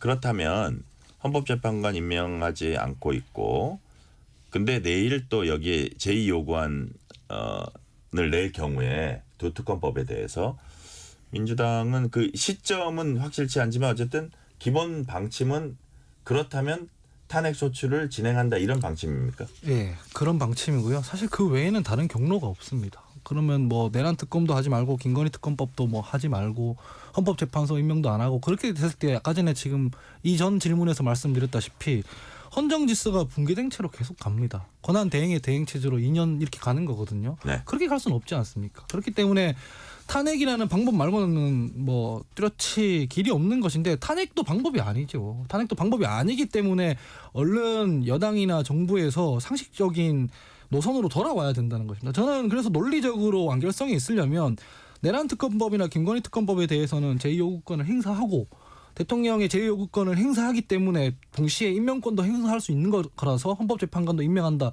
이렇게 되면 그 다음 수순으로 이제 넘어가는 거거든요. 근데 어느 것에는 대통령의 권한 대행으로서 대통령 권한을 적극적으로 행사하고 어떤 것은 소극적으로 행사하면 논리적으로 안 맞지 않습니까? 그래서 최상목 부총리가 아마 특검법에 관련해서는 뭐 거부권을 행사하고 헌법재판관 임명을 하지 않을까, 이렇게 전망해 봅니다. 자, 그러니까 민주당 입장에서 이동수 대표님, 특검법은 아마 변동 요인이 정부 입장에서 없기 때문에 거부권 행사할 가능성이 높아 보이고, 그렇지만 헌법재판관 어떻게 하는지까지는 민주당이 보겠다, 이런 입장인 것 같아요. 네, 아까 말씀드린 대로 예. 민주당 입장에서는 가장 시급한 게 일단 헌법재판관 3인을 임명하는 거기 때문에 그거를 좀 예의주시할 것 같고요. 네. 근데 저는 국민의힘도 출구 전략을 생각하지 않을 수 없다고 지금 보는 게, 워낙 지금 특히 이제 영남권 지역 국회의원들의 지역 사무실에도 이제 지역 주민들이 찾아가셔가지고 막 항의하고 지금 이런 것들이 기사로 많이 나오고 있더라고요. 그래서 네. 국민의힘이 이제 국민 여론을 생각하면 언제까지 윤석열 대통령을 방어만 할 수는 없는 상황이다라고 보고 있습니다. 근데 실제로 오늘 박형수 국민의힘 원내수석 부대표 인터뷰에서 이런 발언을 했어요. 만약에 거부권이 행사돼서 국회로 되돌아온다면 저희들은 이 부분에 대해서는 야당과 위헌적인 조항을 삭제하는 방향으로 수정안을 도출하는 것은 충분히 협상을 할 용의가 있다, 이렇게 얘기를 했습니다. 예. 그러니까 이제 그동안 이제 뭐 특검법이나 이런 데서 국민의힘이 주장을 했던 게, 여당이 배제된 뭐 특검 추천 조항이라든지 아니면은 뭐 특검 수사 대상이 지나치게 광범위하다라든지 이런 것들은 좀 부당하다라고 얘기를 한 거잖아요. 네. 그래서 저는 이번에 최상목 권한 대행이 이제 거부권 행사하고 만약에 국회에서 이 특검법과 관련해서 재협상을 한다면은 어느 정도 좀 타협점을 찾을 만한 여지는 있지 않을까, 이렇게 보고 있습니다. 짧게만 첨언하면 네네, 하은기 아마 부대변인. 국민의힘 입장에서는 내란 특검이나 헌법재판관 임명보다 김건희 특검을 더 막고 싶을 거예요. 내란 특검이나 헌법재판관 관련해서는 윤석열 대통령에 관련된 것이고, 아마 탄핵을 못 막았던 만큼 다음 대선도 무망하다는 건 알 텐데, 김건희 특검 관련해서는 명태균, 건진 뭐 이런 게 다 걸려 있거든요. 추경호 원내대표 뭐 몇십억 받았다는 보도가 이 내란 사태 이전까지 나오고 그랬었습니다. 그래서 국민의힘 인사에 대한 직접적인 타격이 될 수 있기 때문에 아마 김건희 특검을 더 많이 막으려고 하지 않을까라는 생각이 듭니다. 네. 추경호 원내대표 부분 이제 확인된 건 아니고 네. 일부 이제 보도 말씀하신 거고요. 자, 국민의힘 권영세 비대위원장이 오늘 공식 취임했습니다. 자, 취임식은 안 하고 취임사로 가름했는데 비상계엄 대통령 탄핵으로 불안 걱정 끼쳐드린 데 대해 국민께 깊이 사과한다고 밝혔습니다. 자, 이동수 대표님 네. 어떻게 보셨습니까?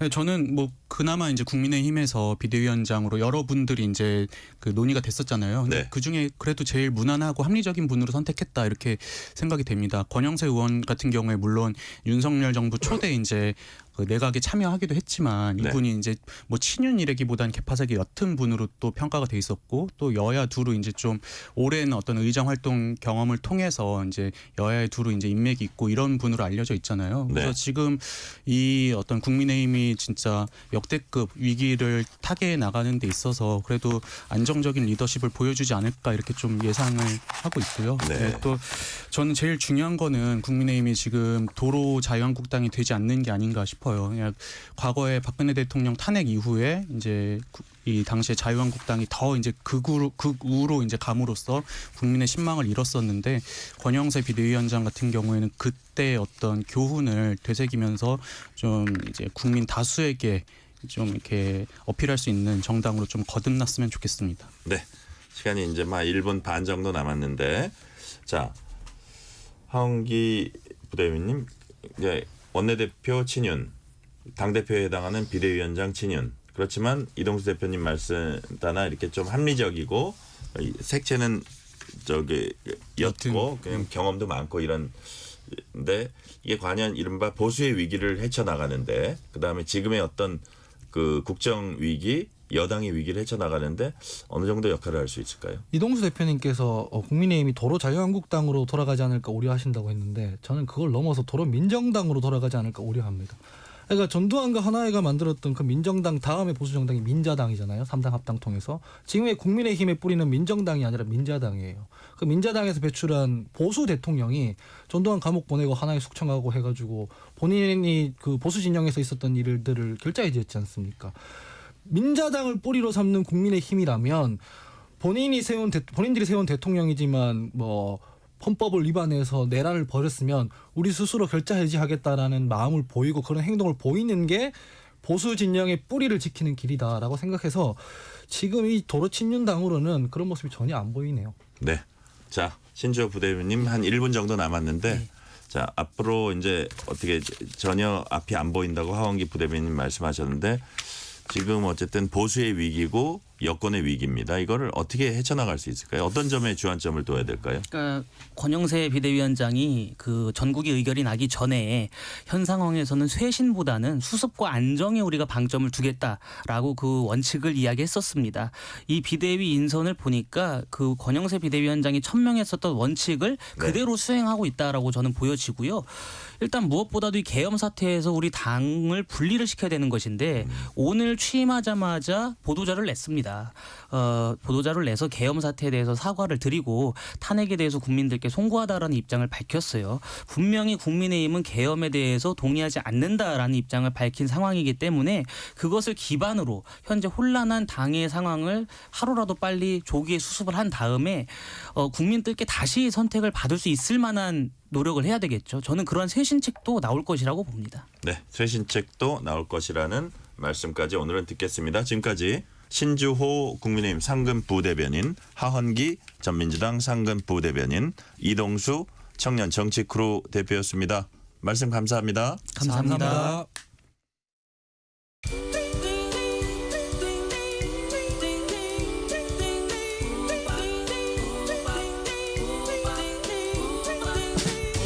오늘 하루 뉴스를 정리해주는 다정한 편지 한 통. KBS 1라디오 뉴스레터 K. 돈 걱정, 경제 걱정, 미래 걱정, 돈 워리. 전문가와 함께 모든 경제 걱정 해소해드리는 시간입니다. 오늘도 권혁중 경제평론가 나오셨습니다. 권혁중 평론가님 어서 오세요. 네, 안녕하십니까. 자, 전국 불안 등의 요인으로 12월 들어서 환율이 많이 올랐습니다. 네. 환율 오늘은 어땠습니까? 오늘도 올랐습니다. 네. 그래서 오늘 이제는 주간 종가 기준으로 보면 1,472원 50전으로 이제 마감을 했는데요. 네. 오늘 사실 이제 외환 시장이 이제 마지막 거래일이죠. 내일은 이제 휴장이다 보니까 그래서 지금 환율 시장을 보면은요, 뭐 사실상 이제 계엄 사태 이후에 계속 오르고 있다 이렇게 네. 보시면 되겠고 연속 상승으로 보면 지금 6일 연속 상승되고 있거든요. 그래서 오늘은 좀 환율 시장이 좀 안정이 되나 싶었는데 전혀 그렇지 않고 계속 오른 상태로서 이제는 오늘 이제는 마감을 했다라고 보시면 되겠습니다.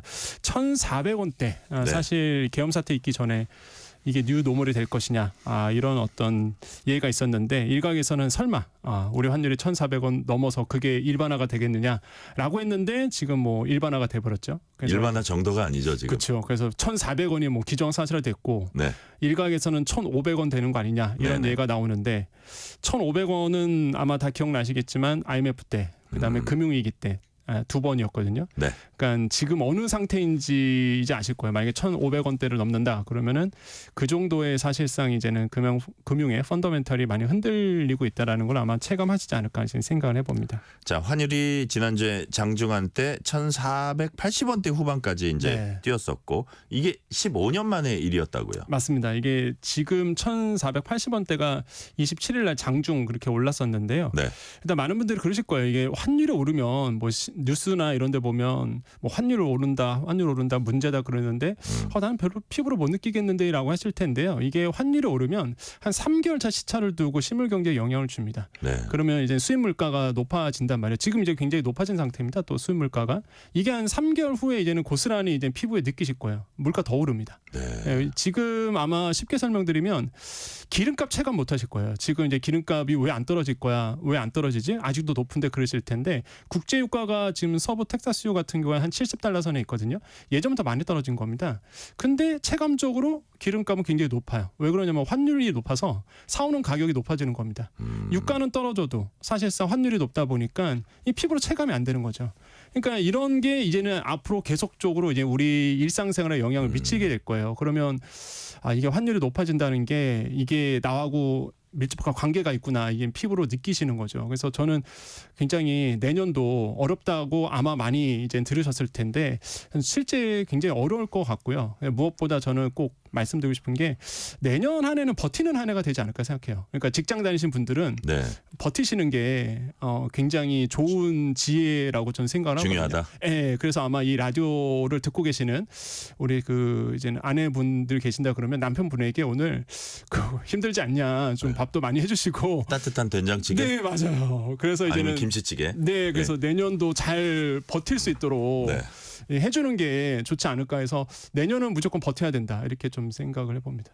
남편에게 격려해주고 등을 네. 두드려줘라. 네, 말씀을 물론 아내분이 만약에 또 직장생활 하시면 반대로 서로. 또 배우자에게 해달라는 말씀이죠. 그렇죠. 네.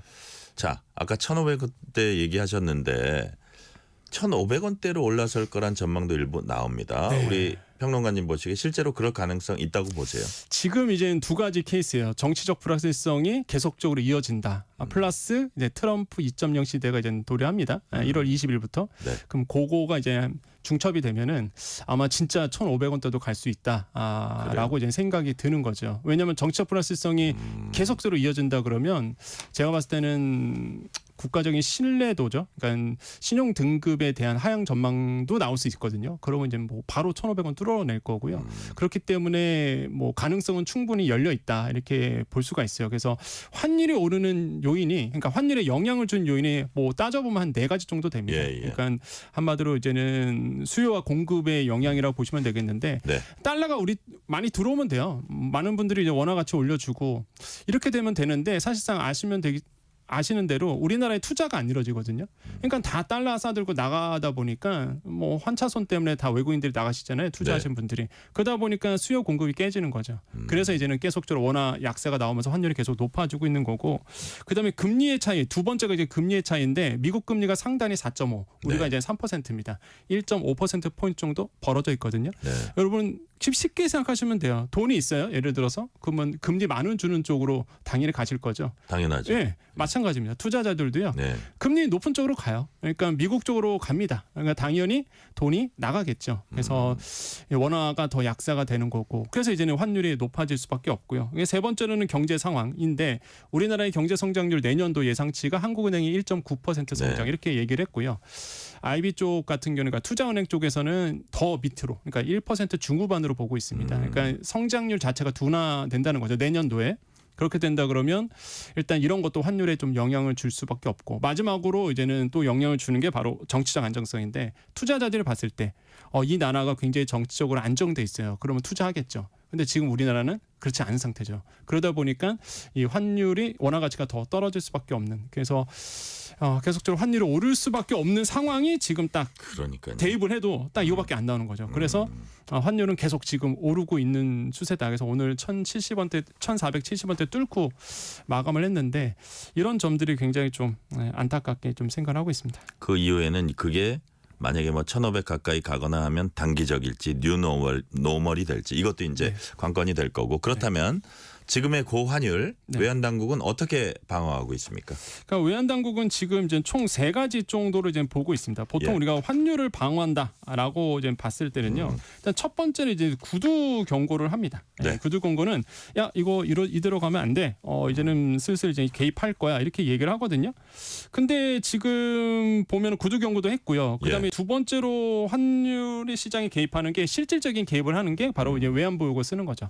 한마디로 이제는 시장에 대량으로 이제 달러를 매도하게 됩니다. 달러를 풀어버리죠. 그러면서 이제 환율을 잠재우는 건데 지금 이 스무스 오퍼레이팅 그러니까 미세 조정을 하고 있는 중이에요. 계속적으로 이제는 달러 풀면서 사실상 환율의 조정이 나섰는데 역부족인 거죠 지금 상황으로. 그래서 이렇게 좀 보고 있고 마지막으로 또 볼 수 있는 게 이제 국민연금을 이제 활용하는 겁니다. 이제 국민연금을 이게 이제 이해가 안 되시는 게 있을 텐데 국민연금도 투자를 하잖아요. 투자 수익률을 내기 위해서. 그러면 일단은 이 환시장에서 외환 시장에서 이제 달러를 사게 됩니다.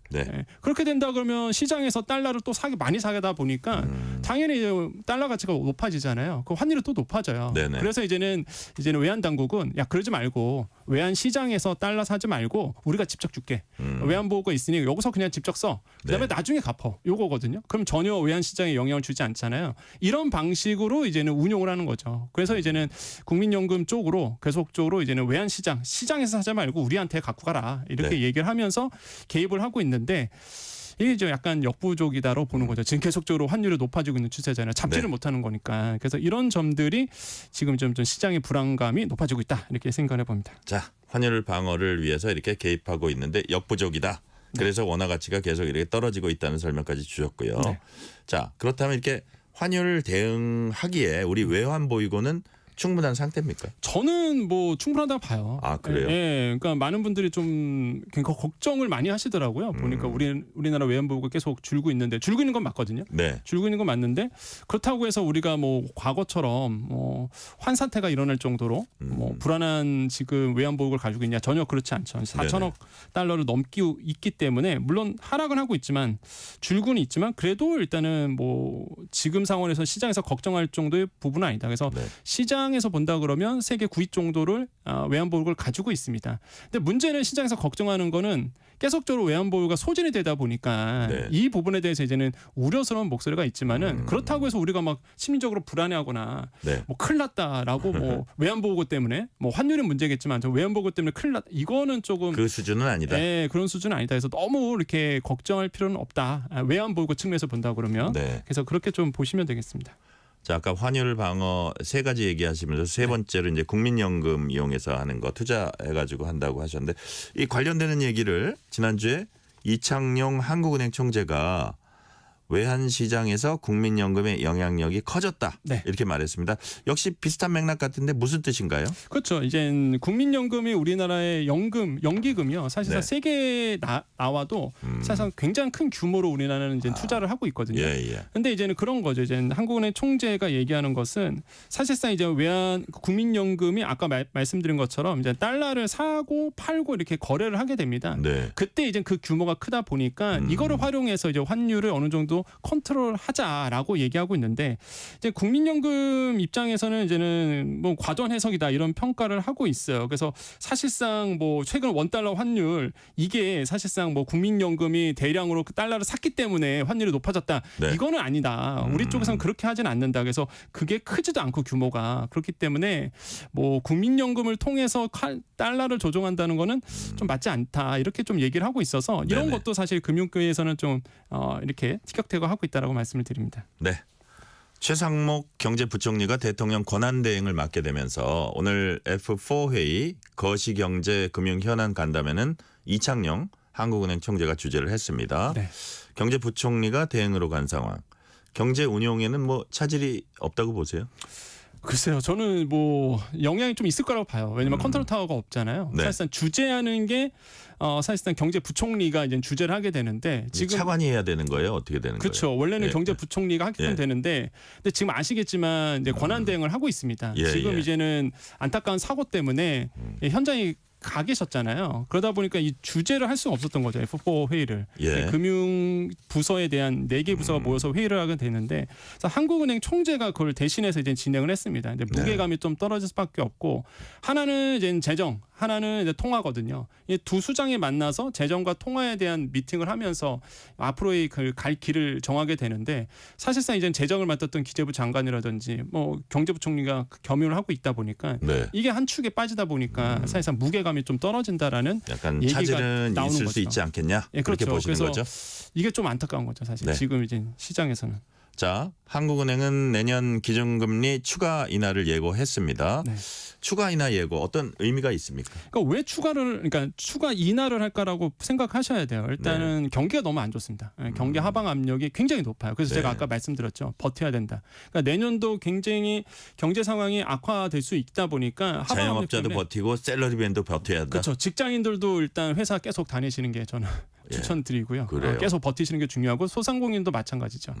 근데 일단 어쨌든 간에 하방 압력이 거세지는데 그러면 어떻게 되느냐. 이제 금리를 내려갔고요. 네. 경기 부양에 나서야 됩니다. 네네. 그래서 시장에서는 지금 추경 얘기도 그래서 나오는 거거든요. 그래서 한국은행에서는 일단은 하방 압력을 막기 위해서 일단 금리 인하를 통해서 통화량을 푼다. 그래서 경기 부양에 나선다. 이게 전략인데 아시겠지만 지금 환율이 굉장히 높은 상태잖아요. 네. 아까도 말씀드렸지만 미국과 우리의 금리의 격차가 1.5%포인트 정도 벌어져 있습니다. 미국은 내년에 금리를 4번에서 2번으로 줄이겠대요. 내리는 폭을. 그러면 미국은 금리를 덜 내리게 되고요. 우리나라는 경기 하방 압력 때문에 지금 너무 안 좋다 보니까 내수 진작을 위해서 금리를 계속 내려야 돼요. 네. 그럼 이게 금리의 격차가 더 벌어지겠죠. 돈은 또 미국으로 또 흘러가는 거예요. 그러니까요. 그러니까 이게 악순환. 이게 지금 안타까운 거예요. 제가 봤을 때도 경기를 생각하자니 금리를 내려야 되겠는데 이 환율을 생각하자니 쉽사리 내리지 못할 것 같고 그럼 과연 한국은행에서 얘기는 했습니다. 하방 압력 줄이기 위해서 네. 금리 인하하겠다라고 얘기를 했는데 과연 그 말처럼 대대적으로 금리를 내릴 수 있을까라는 좀 의구심은 있어요. 그래서 지금 이런 어떤 딜레마 이러지도 못하고 저러지 못한 상황으로 갈 수도 있다. 그게 좀 안타깝고요. 그래서 제가 자꾸 강조드리는 거는 어떻게든 버텨야죠. 네.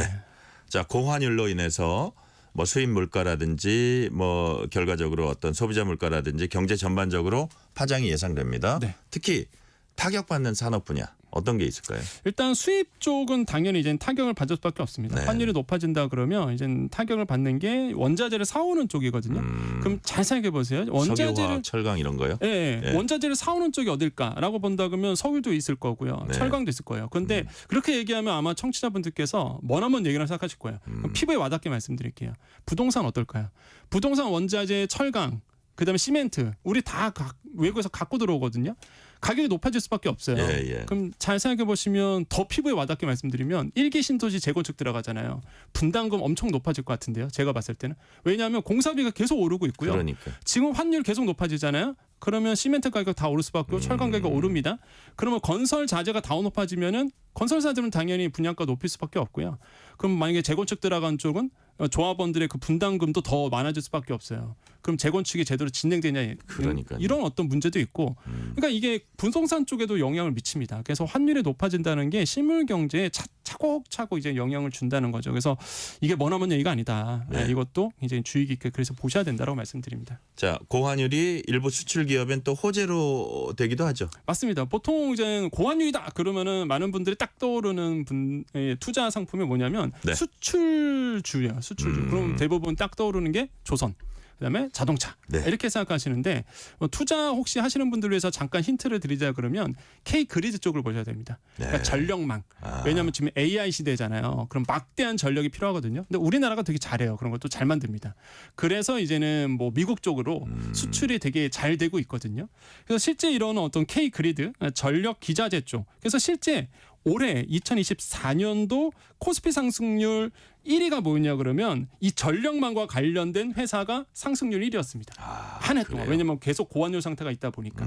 그 정도로 사실상 이렇게 뭐 전력망 아니면 전선 이런 쪽이 수출의 효자 종목이거든요. 앞으로 더 높아질 수도 있고. 그래서 이런 쪽에 아마 이제는 포인트가 가면 좋지 않을까 생각을 해봅니다. 네. 시간이 이제 거의 다 됐는데 마지막 질문 드릴게요. 짤막하게 한 말씀 부탁드릴게요. 네. 환율 방어책이 이제 상승 속도는 줄이겠지만 뭐 근본적인 게 되긴 힘들어 보이고 흐름이나 추세가 변해야 될 텐데 네. 어떤 계기가 필요할까요? 저는 일단 정치적 불확실성이 빨리 해소가 돼야 된다라고 생각을 하고요. 그리고 단기 처방으로는 저는 이제는 한국은행과 연준이 통화 수합 이것도 만약에 가능하다면 단기 처방으로 내려줄 수 있는 처방 중에 하나다 이렇게 생각을 해봅니다. 그래서 일단 가장 중요한 건 정치적 불확실성이 빨리 해소되면 이 환율도 어느 정도 안정이 찾을 수 있다 이렇게 생각을 해봅니다. 네. 오늘 말씀은 여기까지 듣겠습니다. 지금까지 권혁중 경제평론가였습니다. 말씀 감사합니다. 네, 감사합니다. 오늘 뉴스레터 K는 여기까지입니다. 오늘 끝곡으로는 조용필의 바람의 노래 들으시겠습니다. 커피 쿠폰 당첨자 명단은 뉴스레터 K 홈페이지 확인해 주시고요. 오늘도 함께해 주신 청취자 여러분 진심으로 감사드립니다. 지금까지 뉴스레터 K 전종철입니다.